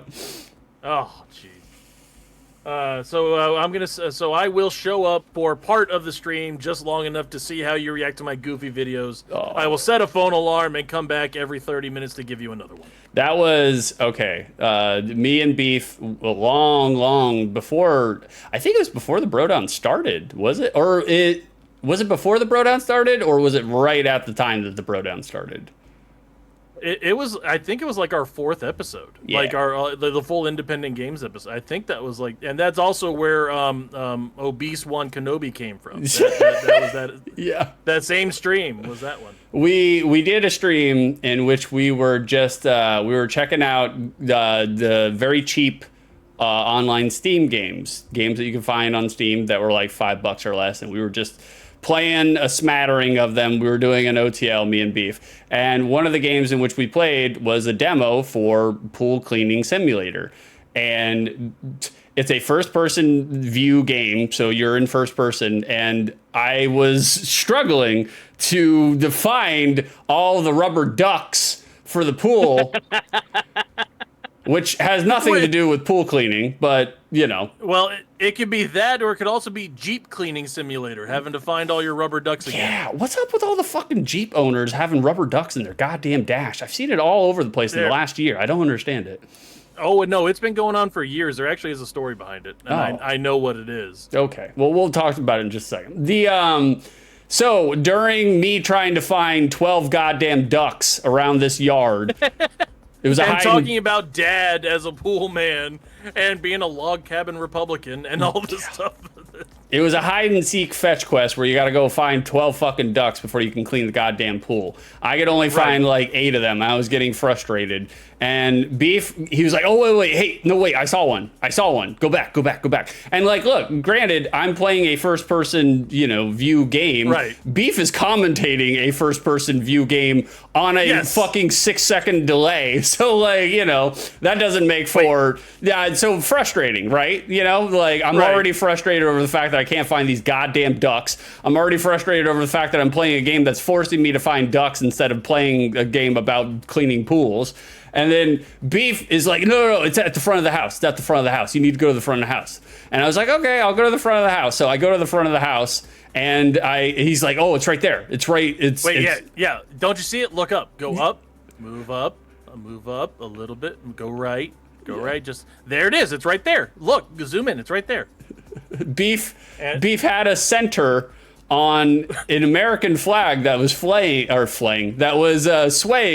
with the breeze in this video game, Pool Cleaning Simulator. And as I focused in, I'm like, I don't see it, Beef. I don't know what you're talking about. I'm not sure what you're talking about. It's right there. A little bit up, a little bit up. I guess you just have to be prepared to die. No, Frederick Dango subscribing to me, you sucker. Fell for it. They're so gullible, the Brits, they fall for it every time. Thank you, Freddie, for sending a sub this way. You are a gentleman and a scholar. And how are you recovering after your 9 pints before midday yesterday, Frederick? You having a slow morning this morning? I mean, that is 5 pounds and 37 pence he could have used on a kebab. Can we get a shout out for Mr. Frederick Dango? He deserves it. Frederick Dango is one of my favorites. Well, I guess you just have to be prepared to die. Oh, turnips! You too, turnips! You fell for it! You sucker! Like, how dare you support my channel by giving me money in a sub? You should know better, turnips. My God, you and Freddie, both of y'all? Yeah, with everything that you guys have seen so far on this show, and that has made you want to send him money. Exactly. How dare you guys? Have to be prepared to die. Oh God! Good Lord, why? Garrison, I just got done. You just have to be prepared to die. No, that's gonna play over and over again. I just got done. Well, all right, you handle your business with stream. I'm gonna go take the dog out. Okay, go take the dog out. Garrison, I just got done admonishing these scallywags for giving me money. I guess you just have to be prepared to die. And you're making it. Oh God. Well, I guess you just have to be prepared to die. Armor slipped on their shower porcelain after taking a new age sour cream bath. Oh, Armor. We've talked about sour cream on this show before. It heals all maladies and wounds and injuries. Like, I applaud you. I applaud you for taking an Epsom salts sour cream bath, but it's a little slippery, Armor. It's a little slippery. Armor's dead now, guys. Armor's dead. He died. We hardly knew ye, Armor. Sleep well, sweet prince. Like, oh God, Karrison, you gave 5 subs to these creatures. Who did you give it to? You gave it to Armor. You gave it to Mystic. You gave it to Chet. You gave it to Zeta. You gave it to Nem. Holy shit. Like pretty much everybody that's hanging out right here in stream. Wow. Well, thank you, Karrison. Thank you, baby. I appreciate the subs. I appreciate the support. It's all a joke. I'm making jokes, guys. I'm acting like I don't want your support and I don't want your money, but I really do. I really do. Especially after Monday, when I'll be out of the business and gainfully unemployed. I want all your money. You guys remember all those times that I would go to your streams and just, bombard you with bits? Well, gonna need that money back, guys. That was a loan. Read the fine print. We need all that money to return here to 6 2/3 channel, because I'm gonna be very broke and very poor, And so, by all means, shroom plebiscite. But no, thanks, guys. I really do appreciate every single one of you for showing your support on a Sunday morning stream, 8 a.m. That's insane that you guys would, first of all, that you guys would show up and hang out with us, but second of all, that you would pay money for this. We are in the making for switching over the BroDown overlay. As you can see right now, we're just using some piece of shit Bobo redneck rig overlay. I have paid my graphic artist, the same graphic artist who made this overlay. You guys want to see what my graphic artist is famous for? This is one of my favorite overlays of all time. I'm going to switch over. Bada bing. This is the same graphic artist who made this overlay, and it's a tremendous feat of visual artistic ability.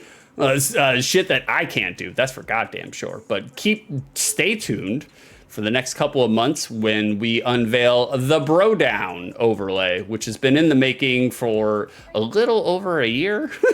But the things that Tonio, my graphic artist, is going to bring to the table, you guys are going to want to see it. It is. Well, I guess you just have to be prepared to die. Karrison! Oh yeah, I forgot this. You sucker! You subscribed for 7 months. You're on a 7-month streak. Lord have mercy. We are just passing back the cash, the Nepo money between me and Karrison. Karrison gives me money, I give her money. She gives me money, I give her money. That's what we do here. What's going on, Drakir? How are you doing this morning? What time is it over in Rio de Janeiro? You guys are, 6 hours ahead? 6 hours ahead? I'm not sure. Yeah, shout him out, Karrison. Shout out Drakir, one of my favorite art streamers. Well, I'm not gonna hold on. Let me rephrase that. Drakir is not one of my favorite art streamers. Drakir is my favorite art streamer. He's very entertaining, hilarious. Drakir, me and Karrison were talking about it the other day. You need a quote machine, brother. You need a quote machine, because a lot of the things that you say on your streams, Drakir, half of the time, I don't even think you're intentionally trying to be funny. It's wildly hilarious. There's been multiple times where me and Karrison were just falling out of the bed with diarrhea over just an assemblage of 4 words that you put together that were just out and out hilarious. So if you guys like listening to a very gregarious and bubbly, positive Brazilian art streamer who will serenade you about butts, B-U-T-T-S, butts, go give Drakir a follow. He's worth your time. You will enjoy it. Whoa, we got, hold on. I gotta deliver emotes. I earned a hype chest, guys. I gotta open it to see my reward. There it is. Choo-choo. There it is. Bada bing. Thank you for the hype train, guys. I do appreciate that. We all get this together. What is this? Her mind. I got a her mind. I mean, there's that. I don't know what her mind the emote is, but now you guys have that. See what you guys did? We all came together for it. And Beef's back. Beef has returned. Beef's back. Yay, Beef's back. Yeah. I had to. I know viewers went way up in the time that I wasn't here. Fantastic. I will leave again and see if we can continue the hype train. That's okay. We're gonna lose them all. right now. Vicer, I'm glad No. they give us emotes instead of emote slots for hype trains. Yeah, no, for sure. Like, Right. I wish they did give us more slots for emotes, but y'all gotta. If you guys want the animated emotes like or armor, he's throwing out the dogs. You gotta subscribe for the dogs. You need to subscribe for the dogs. Ooh, where's the Tails emote? I like the Tails one with the big jumblies. That's nice. That's not an emote. Oh, why isn't it? That's not an emote. It's not a bad idea. Like, okay, guys, if you want to see what Beef is referencing, hold on. Carrots are not an emote yet. Yes. Like, you guys want to see what Beef is referencing? Here, let me do it. Oh, no, that's not going to work. That's not No, going to that work. ain't it. Nope, that's not. There we go. We need it Yeah. way bigger. Way bigger. If you guys want to see Tails with tits that Beef is referencing right now, here it is. We'll throw it back. There we go. That is, I like to call it a Tails with two titties. A tail of two titties. There it is. A Tails with two titties, yes. There you Oh, go. by the way, viewers jumped up again after a Tails with two titties. Of course. Tails with tits brings all the boys to the yard. I knew it would. That was delivered to us by one of our loyal and faithful, Deadly York. Conspicuous by his absence.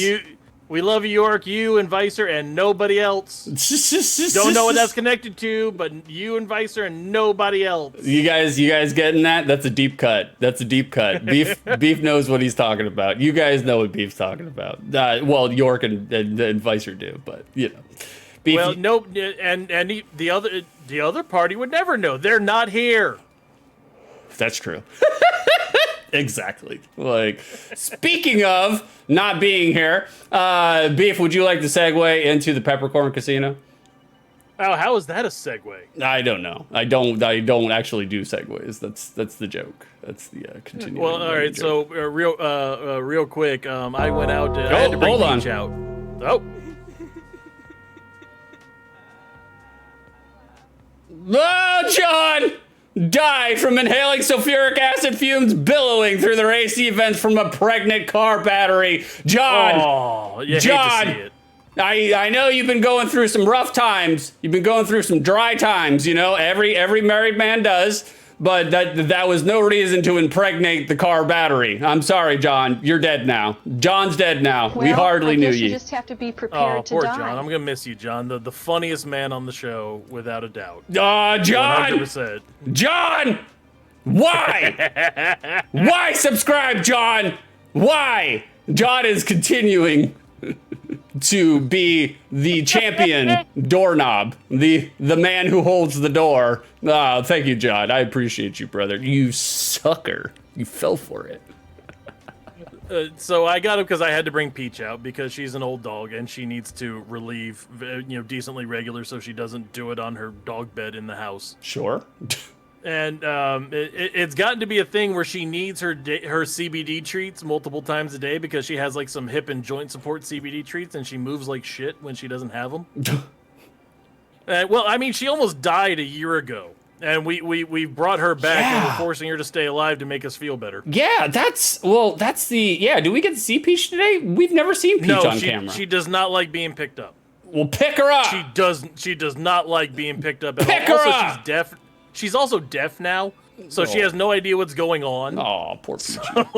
That's the thing is like you just brought that up and I forgot all about that. Like you had called me earlier last year and you were just like, oh, I think we're gonna have to put Peach down, and I was like, no, fuck, and then literally Peach is still going. Yeah. She's still alive.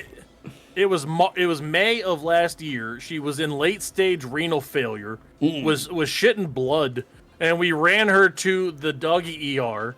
And $2,000 later, they flushed her system. They said, "Oh well, we can put her down here now if you want." And it's like, "No, we want to have one more night with her. We're gonna bring her home." And we brought her home, and Mrs. Beef went through and made her favorite meal, her last meal. It's chicken and rice with some green beans and all boiled up and mixed in. And over almost a year later, we're making that same meal every single night for her now. It's crazy, man. Like it's kind of scary because you could have pulled the trigger preemptively and lost a year with your dog. Like it was literally changing her diet. Yeah, we went through and fed her this rice and chicken instead of the Royal Canin food that she was on, and all of a sudden the kidney failure went away. I wonder what was the issue. Yeah, it's weird. You feed a small Shar-Pei. Wait, no, corgi. You have a corgi. Corgi. You feed a small corgi pureed Slim Jims, and their health goes down after a while. It's weird. And meanwhile, I've noticed the same change since I stopped eating Slim Jims too. By the way, guys, Beef can't pick up Peach the corgi, because Peach the corgi will try to literally bite into Beef's jugular. But if you go to the Discord, my Discord's right there in the chat, and if you go to the pets thread, you will see a picture of Peachy. Yes, there are. I think I may have posted a couple, but there are some Peach threads in there in our new and very popular dogs. Yeah. Thread. Dogs or pets, thread. whatever you named it. I don't know what it is. It's pets thread. It was route dogs, and I would just post pictures and videos of the dogs that I would meet on the route. But after Monday, I no longer am going to be working the route, so it's time to upgrade the thread and just let the people who come to the Discord just post pictures about their pets and talk about their pets. That's what people want to do, and I want to see your pets. That's why I put it there. I was like, I want to see your fucking pets. Post your pets. So speaking of pets, I have to give Peach her pot treat every day. Her pot treat. So that way she feels better and can walk around. And she's gotten to where I give her like 2 or 3 because it's like, hey, I want to get my dog high and I want her to feel good. So Beef's over here putting a 15-year-old corgi into a pillow sack and then taking a bong rip and then throwing it in there. So the way this started was I would give her a pot treat when she came in from making dukes. So after we get done going walkies, I would give her a pot treat. Oh, sorry. Oh, all right. Beef, you want to read this? Nascent. Adjective. Beginning to exist, starting to develop, coming into the cultural consciousness, especially relating to processes, industry, and organizations. Oh. Well, thank you. Thank you, Beef, for reading the vocab machine, and thank you, Karison, for redeeming the vocab machine. Now we are all a little bit more enlightened. Nascent. So anyway, Peach has become nascent of pot treats, and it got to be where I would remember to give her pot treat after she goes for walkies, right? Mm-hmm. Well, in her dog brain, it became I went poop, therefore I get dog treat. Yeah. Give me my fix, man. Like, give me it. So now every time that I bring my dog out, my junky dog puts out a tiny rabbit rock of poop and comes in expecting a pot treat every single time. There you go. You get a nugget. A nugget for a nugget. Also, I found out, it reminded me that my wife is a very nice, genteel, kind, and wonderful person. Until you cross her. Very patient and understanding about almost everything in the world. And then I went outside, and I remembered that my wife hates squirrels for some reason. Well, they're tree rats. I don't blame her in this regard. And the first thing that she said when I came back in from going walkies with Peach is, "Are those fucking squirrels out there again?"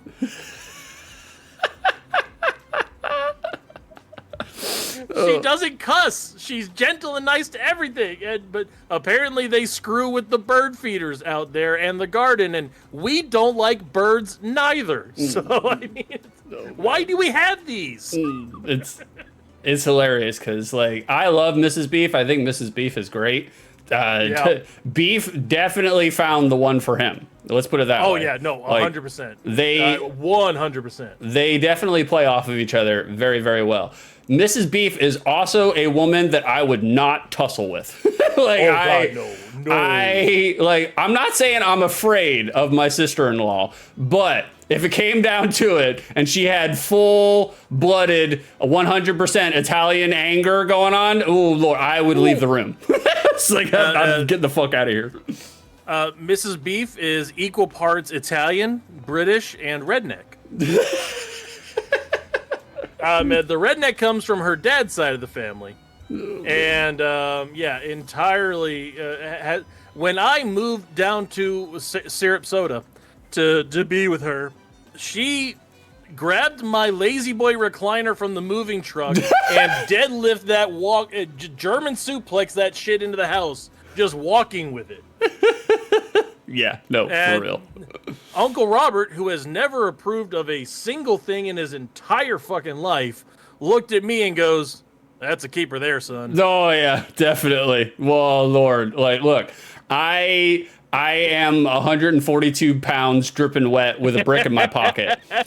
I eat a piece of popcorn and fall into a coma. Mrs. Beef is built like a 1996 Patriots linebacker and could literally toss me across the room if she wanted to. I ain't fucking with her. Yeah, 100%. If Mrs. Beef were on American Gladiators, her name would be Helga. God, Beef's gonna be in the fucking doghouse for that one. No, Oh. that is a legitimate. That is brick shit house is the literal translation for Helga. That's what I mean. Brick shit house. Turnips. I learned capybara today.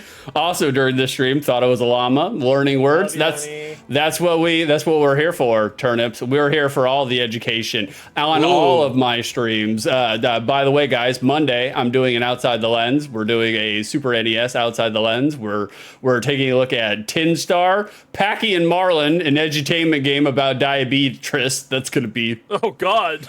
absolutely hilarious. Wait, F-Zero. how am I not guesting on that show? I know. We did Captain Novolin, which was another edutainment game about diabetes, and it was by far one of the most entertaining content that I have ever streamed. The entire time, I was like, man, I wish Beef was here. He would have all the diabetes insider info. You know I'm a phone call away, right? I know. Nobody redeemed Call Beef, so I couldn't. Oh. I couldn't. I was bound by the rules. Harry, now that we have educated about about capybaras, I would like to suggest Capybara Go. God, I can't believe that's an actual mobile game. I need more members in my guild. So go ahead and let's get going. Get caught up on Capybara Go and join my guild, the Captain Berries Goes. Frederick, Captain Novolin's a hoot. You are correct, Freddy. Absolutely correct. I had no idea what I was getting into. And even afterwards, I still don't. Like, I've never played a video game before that punishes you and penalizes you for picking up food items. All right, Six. Do you want to do the Peppercorn Casino? Let's do it. Let's do it. All right, guys, hold on. We got to turn down the lo-fi. We got to come over here. We got to transition here. We actually have a transition, by the way, by all means. Like, do you want me to shield the Peppercorn Casino, or are you going to do it? Well, go ahead and hit the transition, Okay. and I'll finish filling this thing in. Okay, guys, we got to switch over. It is time. It's time, boys. The Peppercorn Casino is about to open, so you know what that means.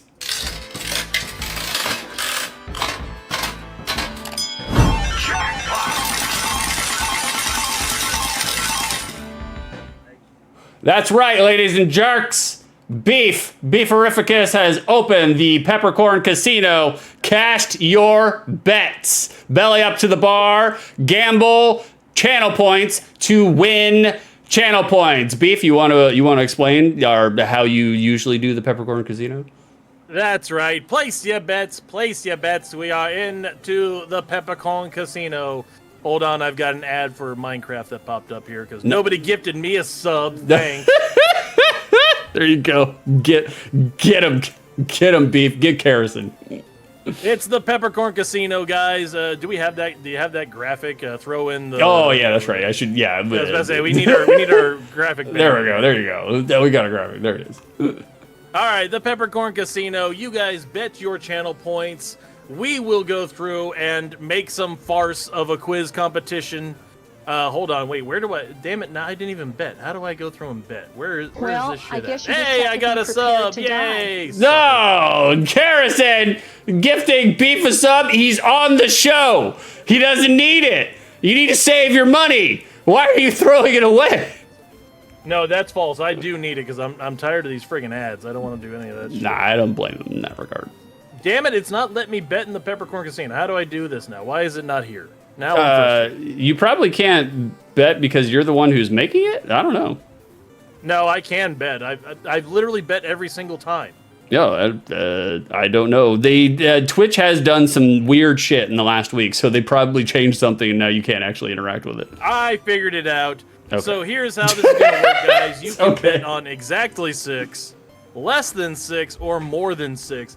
I will always bet on 6, and I am going to bet using 5,000 of York's peppercorns. That's right. That's right. Beef, it is a constant thread on this show because we have done the Peppercorn Casino before, and York, Deadly York, he has showed up in the past, and he will go all in. He pushes all in, all of his channel points into the Peppercorn Casino, and then Beef figures out a way to fuck him over and steal all of his peppercorns. Oh, yeah. And I think I took like 60,000 of York's peppercorns when we did the NCAA tournament. Oh, God. And Lord. yeah, that I am still spending them. No. I am currently at 49,000 peppercorns. So in the course of what is it, 8 months, I've only used 10,000 of York's peppercorns. Jesus. Well, guys, I'm going to give you a little peek behind the curtain.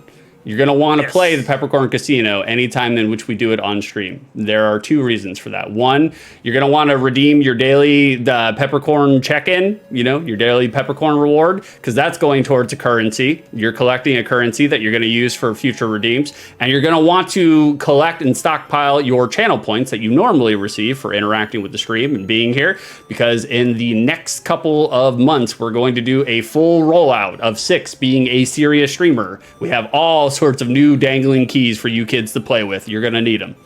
Yeah. That sounds like a great time. Great way to win peppercorns. You can win a bunch of them right now. Play into the Peppercorn Casino. Still a couple minutes to bid. Here is the way the game works today. It is the 3rd version of the Wrestling Move Originators Quiz. And I figured out that 6 was not good enough to do it the way that I was previously doing it. No. The first time I did the wrestling quiz, I gave him 25 wrestlers, named him 10 moves to try and figure out who invented what. Couldn't do it. Couldn't do it. The next time I did the Wrestling Move Originator quiz, I did 20 wrestlers with 10 moves. Still couldn't do it. Got the exact same score. And I even gave him all the answers, and nope, still couldn't do it. No. So today, the way this is going to work, I have made this quiz as reductive as I humanly possibly can. There are 4 answers for every single one of these questions. I will name a move, and 6 has to tell us if it was invented by a Japanese male, a Japanese female, an American female, or an American male. American male. I knew. American male. I knew it. American male. I knew we were not going to get through this segment without Beef doing an American Males reference. It's a wrestling reference. It's terrible. Look up American Males. Go to YouTube. Look up American Males theme song, and you'll know exactly what Beef is referencing. Oh, no, 6. They don't have to go anywhere to look it up. Oh, look at this. Beef even incorporated it into his bullshit. No? No. Since you bit on that joke, Uh-oh. Curveball 6, check your Discord. Oh, shit. All right, hold on. The music's changing to Cabal for the NES. All right, okay.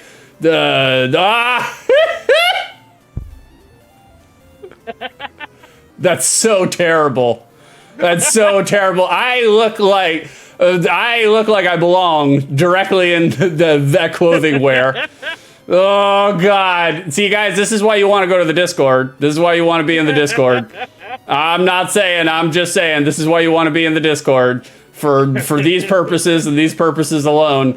Like, there is a whole slew of bastards that I may live with and or be related to that go out of their way to fuck with me. So I'm not saying, I'm just saying, check the Discord, join the Discord for purposes like I'm about to show you. All right, hold on, guys. Let me pod this up.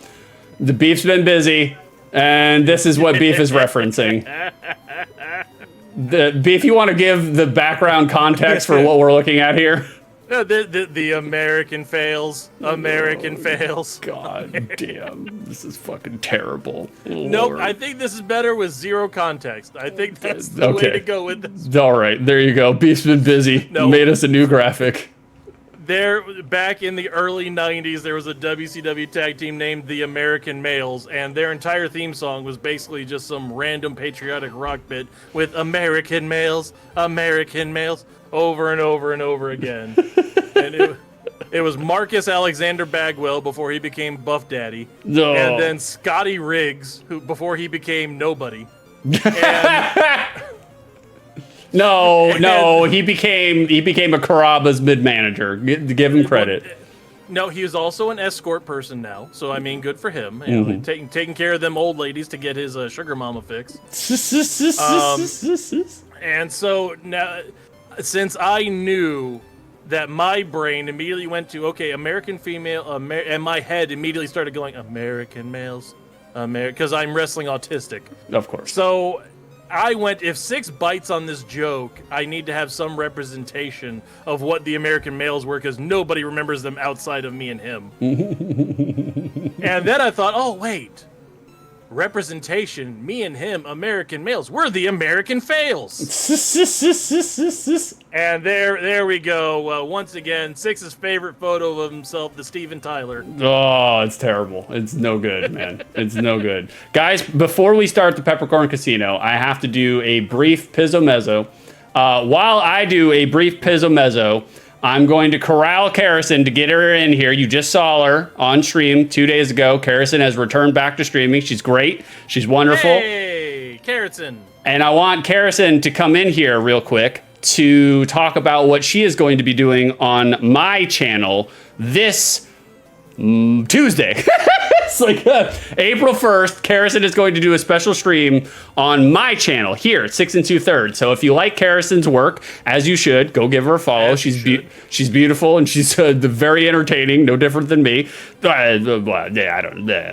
a little different, but you know, like give her a follow and then come to my channel on Tuesday to see what Karison is cooking up. Like Karison in 4/3 exactly. Karison, they don't already know. All right, hold on, guys. Beef, Beef, you can vamp. You can die on stream while I go take a piss, and I'll try to get Karison to come in here and say what she's gonna do. No, come on in here, Karison. Tell people what you're doing, or else I'm going to. I'm waiting. Come on, Carrie-san. Get in the room. Go. Be on camera for a couple minutes. Promote yourself. There's nothing wrong with shameless self-promotion. I just put my fat-ass head on top of Marcus Alexander Bagwell's body. So, I mean, come on. I am nowhere near that buff. This dude has a 28-inch waist. I have a 28-inch thigh. I mean, come on. Get in here. Let's advertise the show. Oh, Freddy Dingo. I'm assuming that's when the sound ended.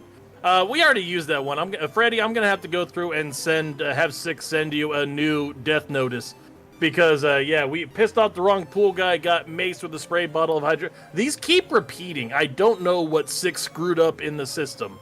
But, yeah, he has definitely jacked this up. It's really bad. But the pool man's with the hydrochloric acid mace, that is something that Six is really going to miss about the pool business. Being able to attack people randomly with whatever chemicals he can grab with his hand out of the back of his pool truck. Not allowed to do that when you're a normal civilian. Who would have thought? They call that assault. Karison, since she's not in here telling us about what she's going to be streaming Tuesday, April 1st, Karison is going to be making a bathtub full of square lime jello and eating her way out of it before she suffocates. Just swimming through a jello mold. She has to retrieve a donut hanging from the ceiling off the shower head. And that is the only way that she's allowed to get out of it. It's going to be Six's saw traps for Karison. Wait, you said you're back? Coming back. Oh, there we go. Six, I let the cat out of the bag. You're going to be doing Six's saw traps for Karison on Tuesday. So you're gonna bake her into a Jello mold in a bathtub, and she has to eat her way out and grab a donut off a string hanging from the shower cap before she drowns.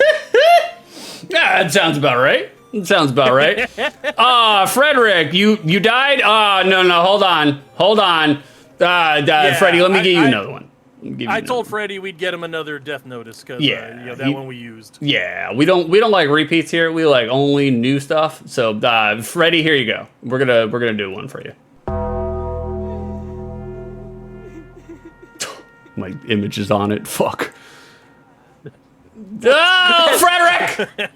Trampled into a thin slice of deli meat by Black Friday Walmart shoppers. Frederick, you never go shopping on Black Friday. You know this. You have Howl at the Moon children. You never do it. Never do it. Oh, Drakir? We applaud Drakir for getting a vasectomy the real way, dunking their testicles into a fresh cup of McDonald's Sprite. That's how you do it, Drakir. That's how you cut off all the spermies. I mean, to be fair, there has been a recall on Coca-Cola stuffs. God, Lord. I mean, there's like, 200,000 gallons of Coca-Cola stuff recall last week, I think it was. Really? Yeah. Oh. I mean, I don't know why. I just remember seeing the headlines for it, but yeah. I don't drink soda, so I'm out of the loop when it comes to that. Like, what are they recalling it for? Sure. Mr. High and Mighty, I don't drink sodas. Look at me, you're a soda vegan, whatever. I am a soda vegan. By the way, if you ever wondered how I came up with the name American Fails, both of Six's redeems appeared behind his graphic in that one. So. Yeah, exactly. We're a well-oiled machine over here. Like, got Kerrison, redeemed the singing bowl. Okay, hold on, guys.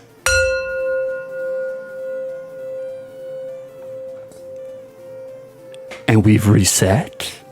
Like, and we're back. All right, Beef, you ready to do this Peppercorn Casino? We've been filibustering for too long. I have 10 moves. Your job is to tell me which country of origin, American or Japanese, male or female. Okay. You have 4 choices on all of these. Okay. It should be easy, right, Six? It should. It should be. Should be. And then after we go through all 10 of the moves, I have a video made describing who and what has invented these moves, in which we will prove that Six can only get exactly 6 questions right out of any quiz. Correct. You got it. That's the name of the game, boys. That's what we're doing over here. All right, Six, are you ready? I am ready, yes. I have... Okay, so don't play the video yet, is what you're saying. Do not play the video yet. We all go right. through all the questions first, then you play the video as the answers. Okay, gotcha. All right, Six. Move number 1. The Tiger Driver.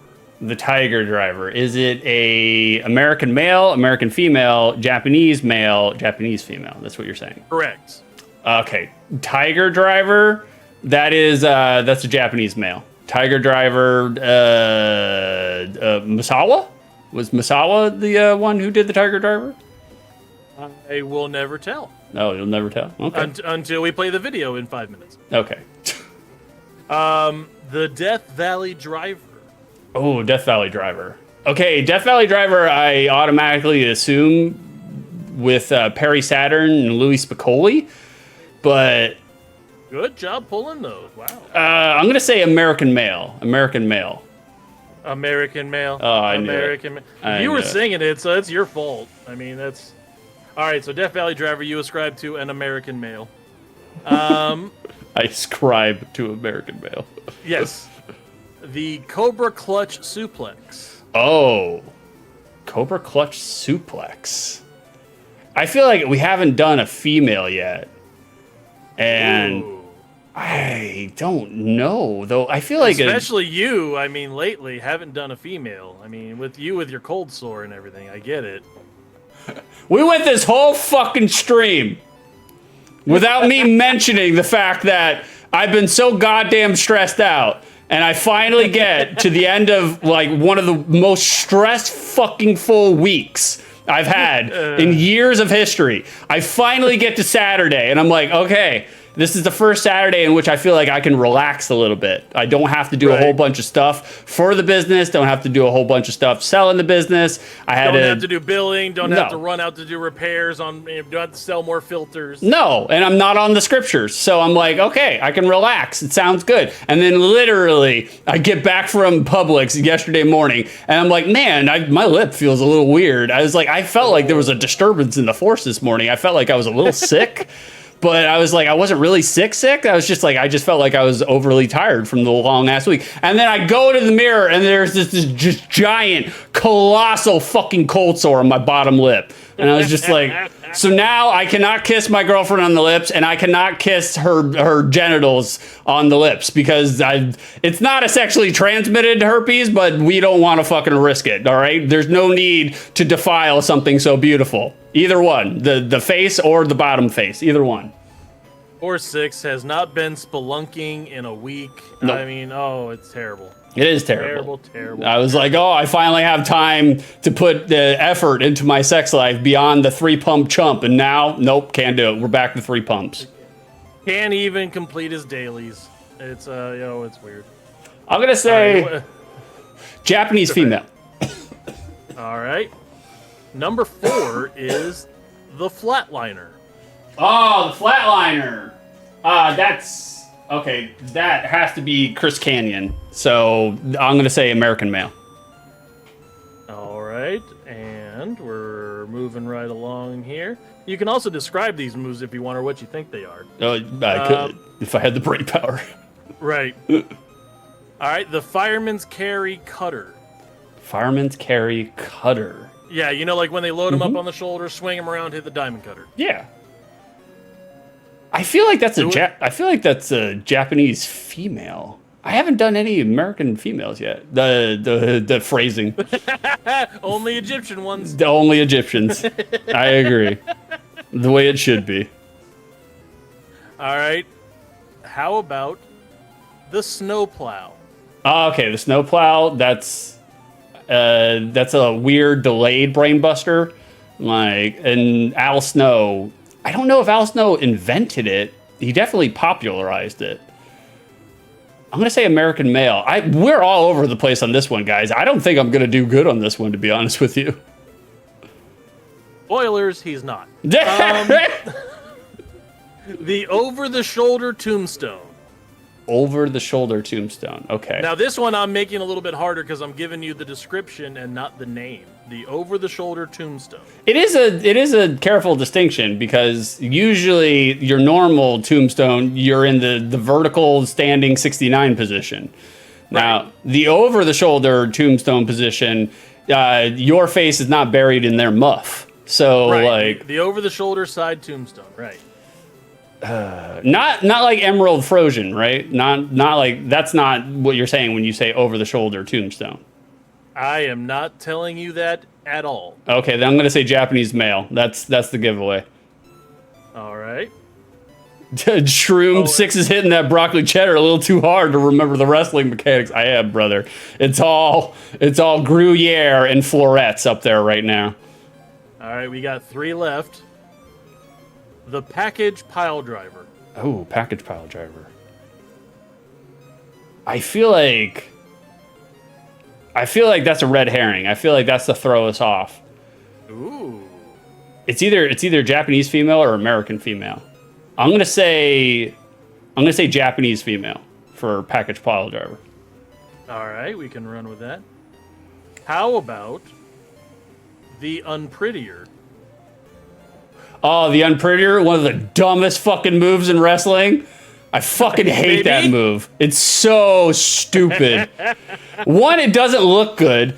And 2, it requires so much cooperation. It doesn't really look like a move that you could pull off. No, the video that I got for it, of the originator doing it, looks really brutal, actually. Okay, then. I was gonna say, let me rephrase. Like the American unprettier, but done by Christian, looks like shit. Like, it does not look great. So I'm gonna. Which is funny because you called it the American unprettier when he's Canadian. That's true. Shroom the I mean, they package also pile. bastardized the spear by making it the running stomach hug. Yeah, it is a running stomach hug. That's what it is. It's like, I haven't seen you all day. I was at preschool. The Shroom the package pile driver. That's what I was doing the other day. Well, hell yeah, brother. Oh, hey, That's hey. right. Pack it. I'm gonna say Japanese female on the end prettier. All right, and your last one. Oh, we're already at It's the a end. doozy. Yeah, this is number 10. Okay. This is a doozy of a move, by the way. The Vertebreaker. Oh, the Vertebreaker. Okay, the Vertebreaker. That is a move that should not be. And like, look, Homicide was one of my favorite wrestlers of all time, and like, dude, the Homicide's Vertebreaker was scary. So, Oh, nasty. like, I feel like the Vertebreaker But is. did he come up with it? No, I don't think he did. I think the Vertebreaker is a Japanese female. All right, I will mark it down. Carrison's asking what the store. Carrison, we haven't played the answers yet. We have a Yeah. video for this. Yeah, there's a video, there's a visual reference. He hasn't been tabulating the scores yet. We're getting to that right Well, now, I have. baby. I know exactly what the scores are. Oh, okay. But But- we are going to play the video. There are a few surprises in here as well. So pause it after whenever you feel like you need to. Sure. Yeah. All right. Okay, you ready for the answers? Is that what you want? Let's roll that beautiful bean footage. All right, let's roll the beautiful beam footage. Let me get rid of this. Come over here, drop that out, and come over here. And then... By the go way, ahead. I had to upload this to YouTube this morning so it didn't get copyright stricken. Nice. Love it. Love to see it. Apparently, the other two quiz videos have been copyright stricken by Darth Maul 6897 and Texas Wrestling 8842. Apparently, Texas Wrestling. God, Yes. it's tremendous. All right, you guys ready to see how badly I did on this Peppercorn Casino? Let's do it. All right, you ready, Beef? I'm good. Okay, I thought I lost you there for a second. All right, let's play it. Playing Doink's music. Doink's theme has always been. It kind of is, especially the scary part. Shut up! You put me in, Doink. You're a fuck. Tiger Driver. Okay, it was Misawa. Yes, it was Misawa. Very good. Very nice, very nice. It's funny because when you said Tiger Driver, I was actually thinking of the like Tiger Driver 92 or whatever, 93, the one that Will Ospreay uses. Not that one. The Tiger Driver 91. No, that's the original Tiger Driver, the double. And Misawa created both of them anyway, so it doesn't matter. So 1-0. Good job. You're coming up to a rip-rousing start. He will not keep it up. All right, he will not keep it up. All right, Death Valley Driver. Oh, it was a Japanese female. So here is what you're going to be noticing very quickly. Most of these were invented by Japanese people, and half of those by women. That's what I knew in my heart of hearts. A lot of Japanese power moves were actually originated from Japanese females, but I couldn't remember which ones. So it's like, I don't know why, but Japanese females, I think, feel the need to, hey, we got to get ourselves noticed. We can't get ourselves noticed as much as the heavyweight males.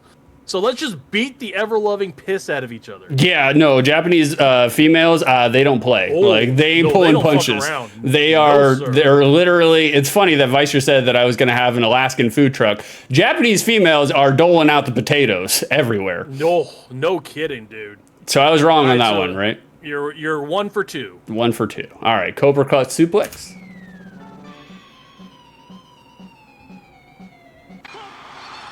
What? A little bit tricky on this one. Your boy Johnny Ace, in every single one of these quizzes, Johnny Ace, American male, inventing it in Japan. A little bit tricky for you on that one. Huh? Wow, I didn't know Johnny Ace invented the Cobra Clutch suplex. That's crazy. Yes, sir. The Cobra Clutch suplex from Johnny Ace. That makes you 1 for 3. Oh fuck, that's not good.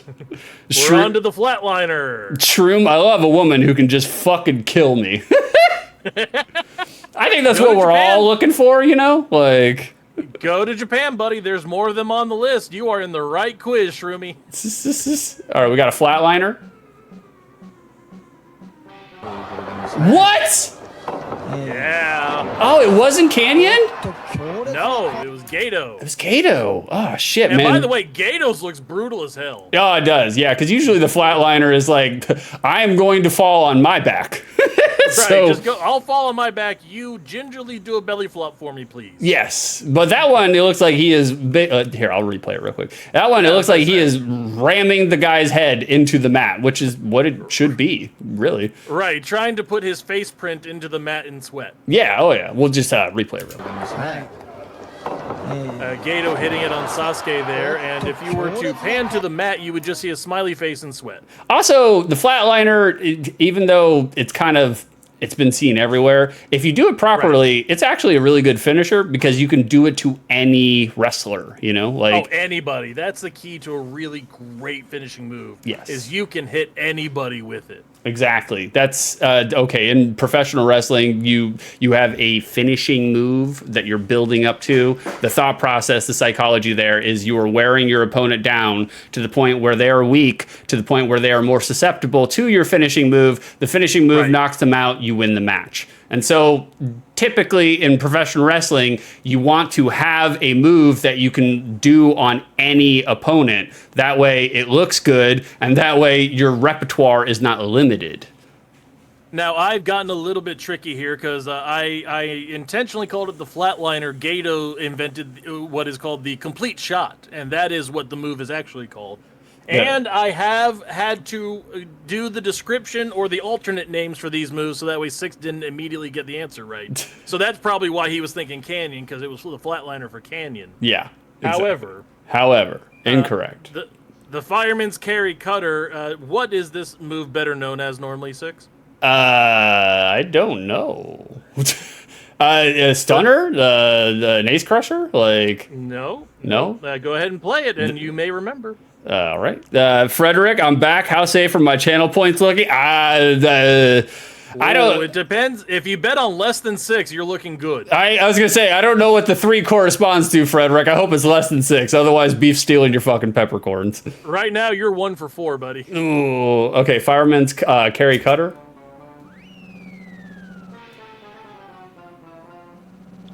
Oh, Mark Marrow. Okay, the TKO. Yeah. The TKO. That's exactly what it is. Correct. I didn't. The total knockout, by the way. The total knockout. That would be. It's funny. I didn't know Mark Marrow was the inventor of that move, though. Yeah, Mark Marrow saw Diamond Dallas Page doing the diamond cutter and went, "Oh, I can make this look slightly different."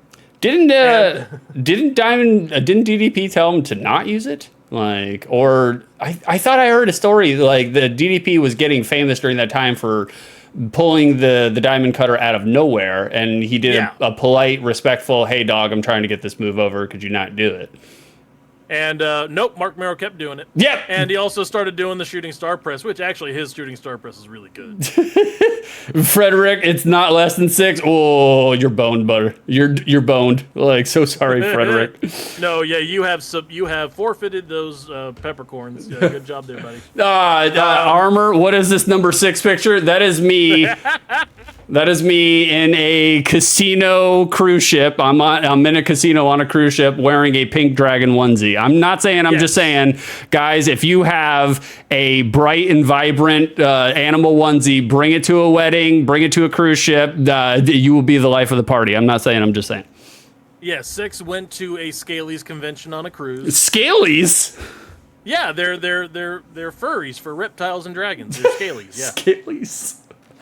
You didn't know that? No. Oh, you need to get on DeviantArt more. Especially if you want to see Scalies, furries, and Sonic with feet. Oh, okay. Thank you, Armor, for giving me Ugandan knuckles. It's appropriate. All right, so once again, we do... the snowplow is not the original name of the move. All right, let's check it out. Yeah, go for it. Oh, it was a woman, Akira Hakuto. Yeah, Akira Oh, Hakuto. God damn, Jesus. By the way, no fucks given at all. Oh, Lord. And then just straight up kneeling on her tits. I mean, it looks brutal, but it looks pretty safe actually. It looks like she landed her. It looks like she landed her right on the top of her shoulders and her back. Like, here. I mean, that's still dangerous as shit. Here, I'll replay it. I was gonna say that was a little bit more intense than I expected. Yeah, that was safe as fuck. That's going to be a continuing theme, being a little bit more intense than you expected on these. Okay, so I got that one wrong. Definitely got that one wrong. Well, you got that and the previous 5 wrong. You're 1 for 6. 1 for 6. So that's the Northern Lights bomb. Made famous by Kensuke Sasaki, who is married to Akira Hokuto and stole her finishing move.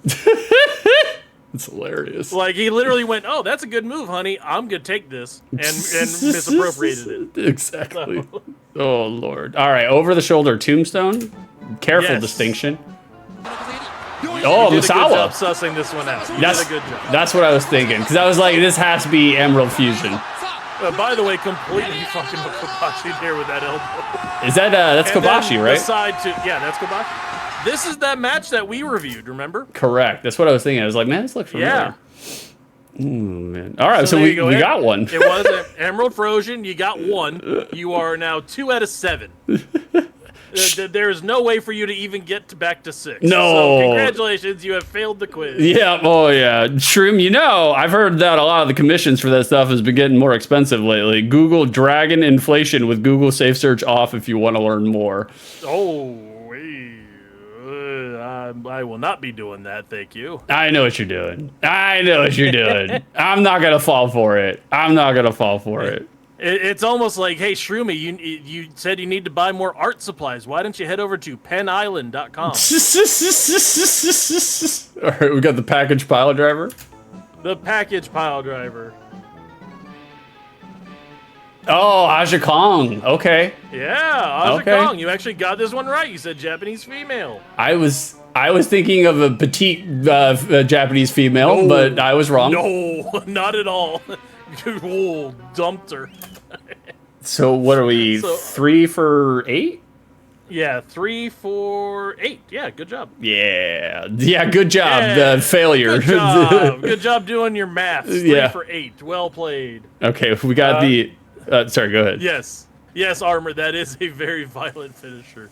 Any pile driver is normally a little bit iffy as it is. When you start hooking somebody's legs and arms and bending them to the side, you're kind of relying entirely on your thigh fat to not kill them. Yeah, for sure. We got the Unprettier.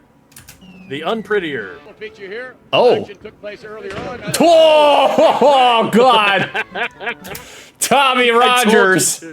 The Tamikaze is what that's called. Normally. Jesus Christ. His fucking head just like stunted directly into the mat.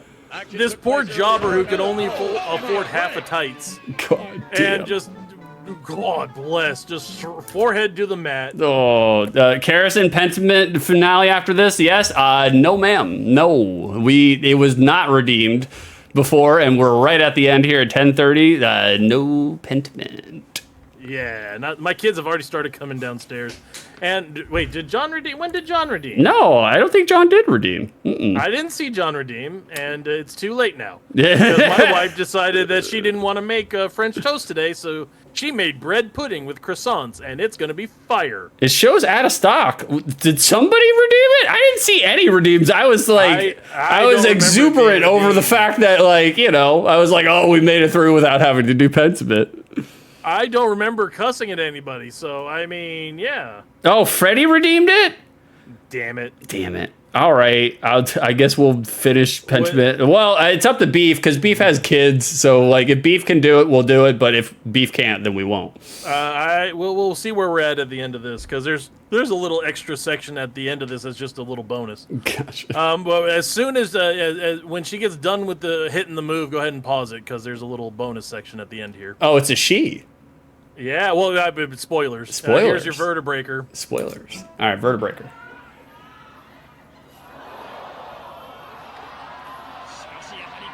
Yeah, Megumi Kudo from Japan. God.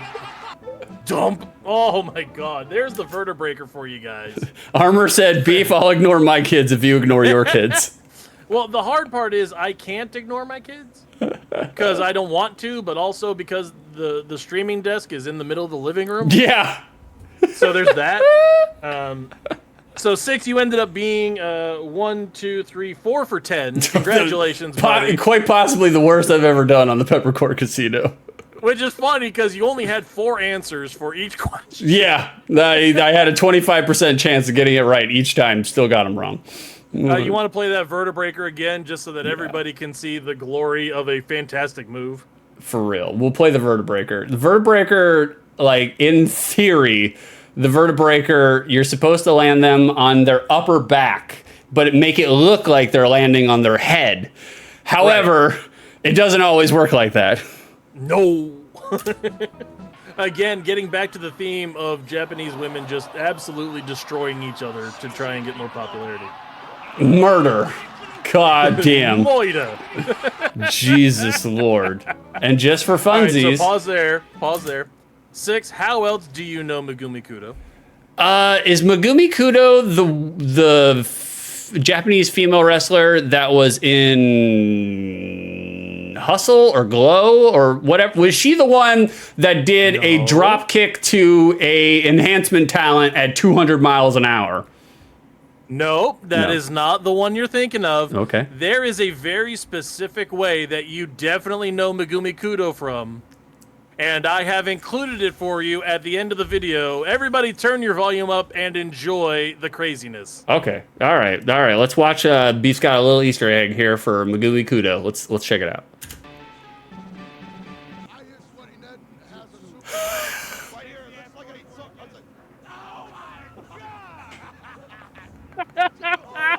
Stranglemania. Stranglemania 2. For those that don't know, Stranglemania is Hold on here. it's Insane Clown Posse commentating wrestling, Japanese wrestling matches. So me and Beef, when we were kids growing up, we loved Insane Clown Posse and we loved wrestling. So we watched Right up our wheelhouse. we watched the fuck out of it. So I did not know that was her, but this is a tremendous bump though. Jesus Christ. Yes, Megumi Kudo as sexy ass sassafras on the show.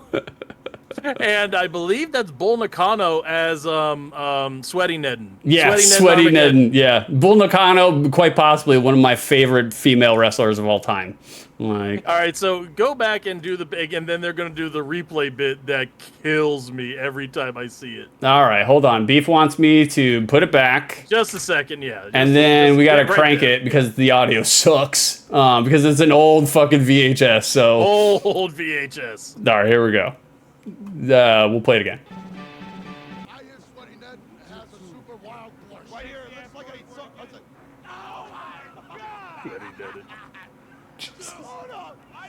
Oh God! Hold the fuck up! Play that again! God damn it! What the fuck was that? Do this again! Oh my god! Her neck has to be broken! Oh, holy shit! Do it again!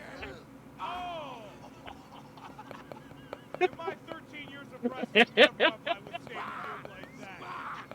Oh my god! Jesus Christ, bro. The mirror doinks. Oh, that was really good, Beef. That was good. That was good stuff.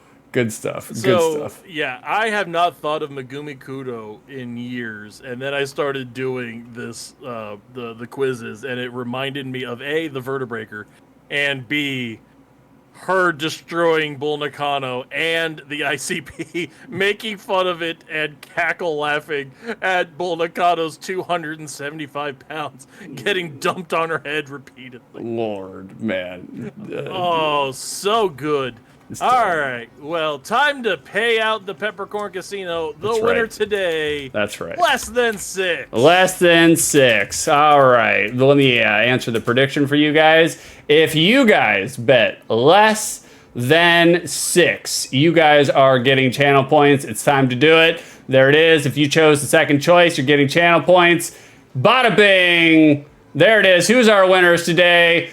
Wow, Oh my Nem God. got 15,191 channel points. All go to Nem. Every single one of them. Nem, the big winner, Schlitzkin dinner. Congratulations, Nem. Over 15,000 peppercorns directly into Nem's fanny pack. Congratulations. I wonder what the peppercorn to Deutschmark ratio is. Nem thought she lost. I love it. I love it. I love Congratulations. You love to see it. It was even predictions all the way through. One person going home with the entire pot.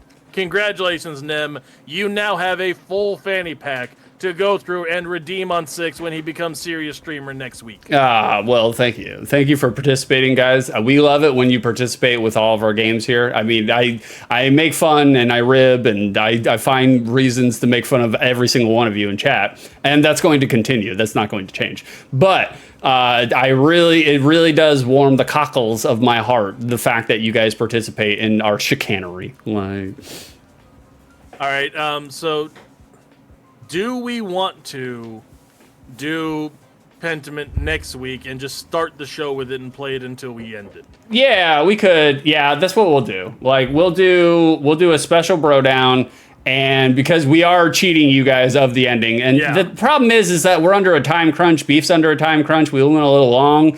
And we don't want to deliver the ending and then rush out of it, you know? Like, we want you guys to actually be able to enjoy what has culminated into a year and a half of streaming suffering. Oh my God. You know? Like, we have been saying we've got to be close to the end of this game for 13 months. Like, and the thing is that we actually are close to the end of the game now. I know how the game ends. We just unveiled Wendy's Dave Thomas as the conspirator of all the things that are going on. So right, the progenitor, but not the real killer. No. That was only. Pastor Dave Thomas only killed Father Matthew from before the game started and poisoned him. He is not the one who killed everybody else so far. The real killer was baconators and cholesterol and heart disease. That was the real killer. Like, I mean, that's what my doctor keeps saying. Beef, how'd you feel like the show went today? I thought it would just like always. I thought it went great. We had 5 or 6 topics, and we talked about 2 for 2 hours. Yeah, exactly. Like, I thought this was a brilliant show. I thought it was very good. I am very low-key, low energy today. I'm super, super exhausted.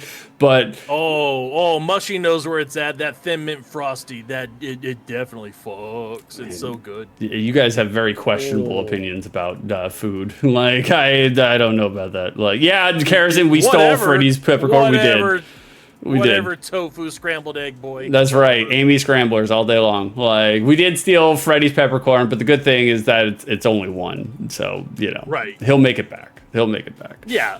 And plus we're like maybe 20 minutes or so into the BroDown, let everybody get into the door. Next week we'll do an all Pentiment stream until it's finished. Exactly. Kerosene! Watch, just be the Sorry, I have to scream. I haven't screamed very much on this episode. Kerosene! You said you were going to come in here at the end of the show and do a promo. We're stopping the whole entire stream until you get in here and you sell the sizzle. Come in here, bring the frying pan. We got a cast iron frying pan. Do not hit me with it. Just bring it in here. Sell the sizzle. It's hot. It's the most continuous viewers we've ever had, Kerosene. Come and advertise. Yeah, exactly. Cut a promo. Get your Macho Man glasses on. Tell everybody what's going on. She brought an actual cast iron frying pan. Hit him with it. Guys, can you... Look at the shorts, though. I was going to say, I have to find pants. All my pants are in this room. Can you see what the Kerosene is wearing right now? She looks exactly like me when I go out on the pool route. Oh wait, she's getting props. We got a bit worker over here. Uh-oh, here come the props. Here come the carrots. Look at her. She's going full. He keeps all the peppercorns. Full regalia. Pack out. Put it on right. Look at that, This is Harrison new, showing too. off her fanny to everybody. Yeah, you showing off your fanny to everybody? God, Lord. You want to see what I was actually doing? I'll show you. Oh, Lord. Jeez. Oh, look at this. This is good show and tell. Like, You can obviously tell Carrotson's been raiding the weed closet because that is a 6 shirt and shorts combination if I ever saw one. I don't know that Carrie-san actually has clothes. Look, he's got a belly now. He's got, Carrison has been manually exhaling into this pool inflatable the entire Well, show. he doesn't look great. Oh Like, my we're God, working- well- there's 2 different ones, and I want to know why. But She, yeah, this is not the promo. definitely a convicted vapist. I'm not blowing that fucking thing up. I do think you guys are living in Florida. I think blowing the gator might have a different connotation down there. It's a real pants. Oh my God, Jesus Lord! But yeah, Wait, you don't have to put on I real told pants, you baby. guys. Just sit down. You have pants. I don't really have a promo. Okay, well, tell us about what we're doing on, or what you're doing on Tuesday. On Tuesday, we're doing a super special stream. You It's might gonna want be. to put your headphones in so you can hear Beef because he's gonna talk over you. Yeah, put the cans on so that way you can hear me make jokes about whatever you're gonna do. Well, I hope you can see some of it. But yeah, I don't want to give it all away. I feel like I talked about it enough on during my stream the other day. So yeah, come to this channel on Tuesday, unspecified time, whenever I feel like telling you I'm off work and done with clients, and then we'll do a fun stream. And we have so, lots of show and tell, what- lots of secrets. So. All right, so what does a fun stream mean to you? Like, what would go into a fun stream, Carrot-san? I mean, it's really just gonna be like everything I wouldn't do on my channel. So that's the fun All right, stream. so I've been telling you guys, baby oil kiddie pool jumping jacks upcoming. Why do you think she's blowing the gator over there? She's gonna chew her way out of a bathtub mold of lime jello. Okay, so the alligator inflatable is for the retirement stream. That's not for Tuesday. But I mean, you might see it if I have it all blown up by then. I'll show you the alligator. But Don't believe it. It's a stream that's happening on April 1st. Whatever she says now doesn't count. It's all April Fools. Exactly. Whatever she tells you the stream is, I'm the one that's telling you what's going on. Beef notes. She's going to she's gonna just sit there pouring movie theater popcorn over her and doing like a what is it, the dance from whatever. Well, we're gonna buy a butter like dispenser and it's gonna be great. It's gonna be a good time. So come hang out. Right, saltier the better, just like all Six's streams. Yeah, exactly. But yeah, that's the promo. Thanks, guys. No, I think the best idea is you cut the promo and you and Six telling people what's going on April Fools, and you just need to have nothing but a black screen that just says April Fools for 3 hours, and that's the entire stream. So yeah, guys, we got a busy week ahead of us. Monday, I'll be doing an Outside the Lens on Super Nintendo games right after work. It'll be my last day working in the business, working out on the route. So I'll be primed and rared to do an Outside the Lens on Monday afternoon, some specified time, unspecified time, probably around 3 p.m. EST. Tuesday, Carrison has a super special secret for all of you guys here on 6 2/3. Definitely. And, spoiler, Carrotson on Tuesday is going to teach you all the meatball trick. The meatball trick? What's the meatball trick? You find out on Tuesday. Oh, there it is. Oh, so find out on Tuesday what Carrison has planned. I know a little bit of it. You guys are going to want to see it. It is really, really good. I'm not just doing boyfriend bias. Like it may be connected to me, and that's how I know that it's really good because it's connected to me. So you guys have heard of the ping pong ball trick before, right? Oh, Jesus. Lord. That's it's the meatball trick, but Italian. Okay. And then Friday is the Pool Biz retirement stream. I haven't figured out the exact time. I'll let you know. By all means, if you guys want to check it out, if you guys want to know the exact time, as soon as I know it. Oh, and go ahead and hit your hype graphic so you can let everybody know for Friday. Hold on one second. Bing. There it is. If you guys want to know the exact time, come on over down to my Discord, and when I know, I will update it and let you guys know. But it'll probably be like early afternoonish EST, like give or take. You guys will know. You'll see it. I'm gonna be whoring it out everywhere and anywhere. So if you want, it may need to be a little later in the afternoon because I got to get home from work before I can send you anything. Nah, it'll be fine. It's fine. I'll call you while you're at work. You're not doing anything at work anyways. I mean, how long are you planning on streaming? That's a Probably, I don't know, loosey goosey 2.5 to 4 hours, somewhere in that range. Okay, because I get home on Fridays around 6 your time. Okay. So, yeah. Okay, so I will make sure to do it before Beef gets home from work. Yeah, 32-hour stream. All the proceeds going to kids with liver function failure. No, it's children without spleens. Thank you very much. That's right. Children's minus spleens. Children minus spleens. Exactly. Or in French, enfants sans spleen. So, guys, we got a busy week. We got an action-packed week. It's going to be the first week in which I'm not in the business fully. I'm not going to be a business owner anymore. You guys are going to see me more on Twitch, more on YouTube, more everywhere. You're going to have more of me than you ever fucking wanted. Come throw money at 6 for RetireMania, and we're going to be loading him up with graphics if he stays on the air long enough for me to get home and send them to him. And all the money will go directly to curing cold sores. Dude, a Breva is fucking $23 goddamn dollars, all right?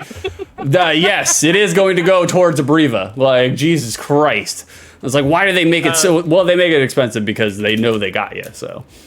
That's going to be Six's special for the Super Mash Brothers food truck is mashed potatoes mixed with a Breva to go through and cure all of your Florida cold sore needs. Guys, we're going to send a raid on over to one of our favorite resident UK streamers, Techie Rob.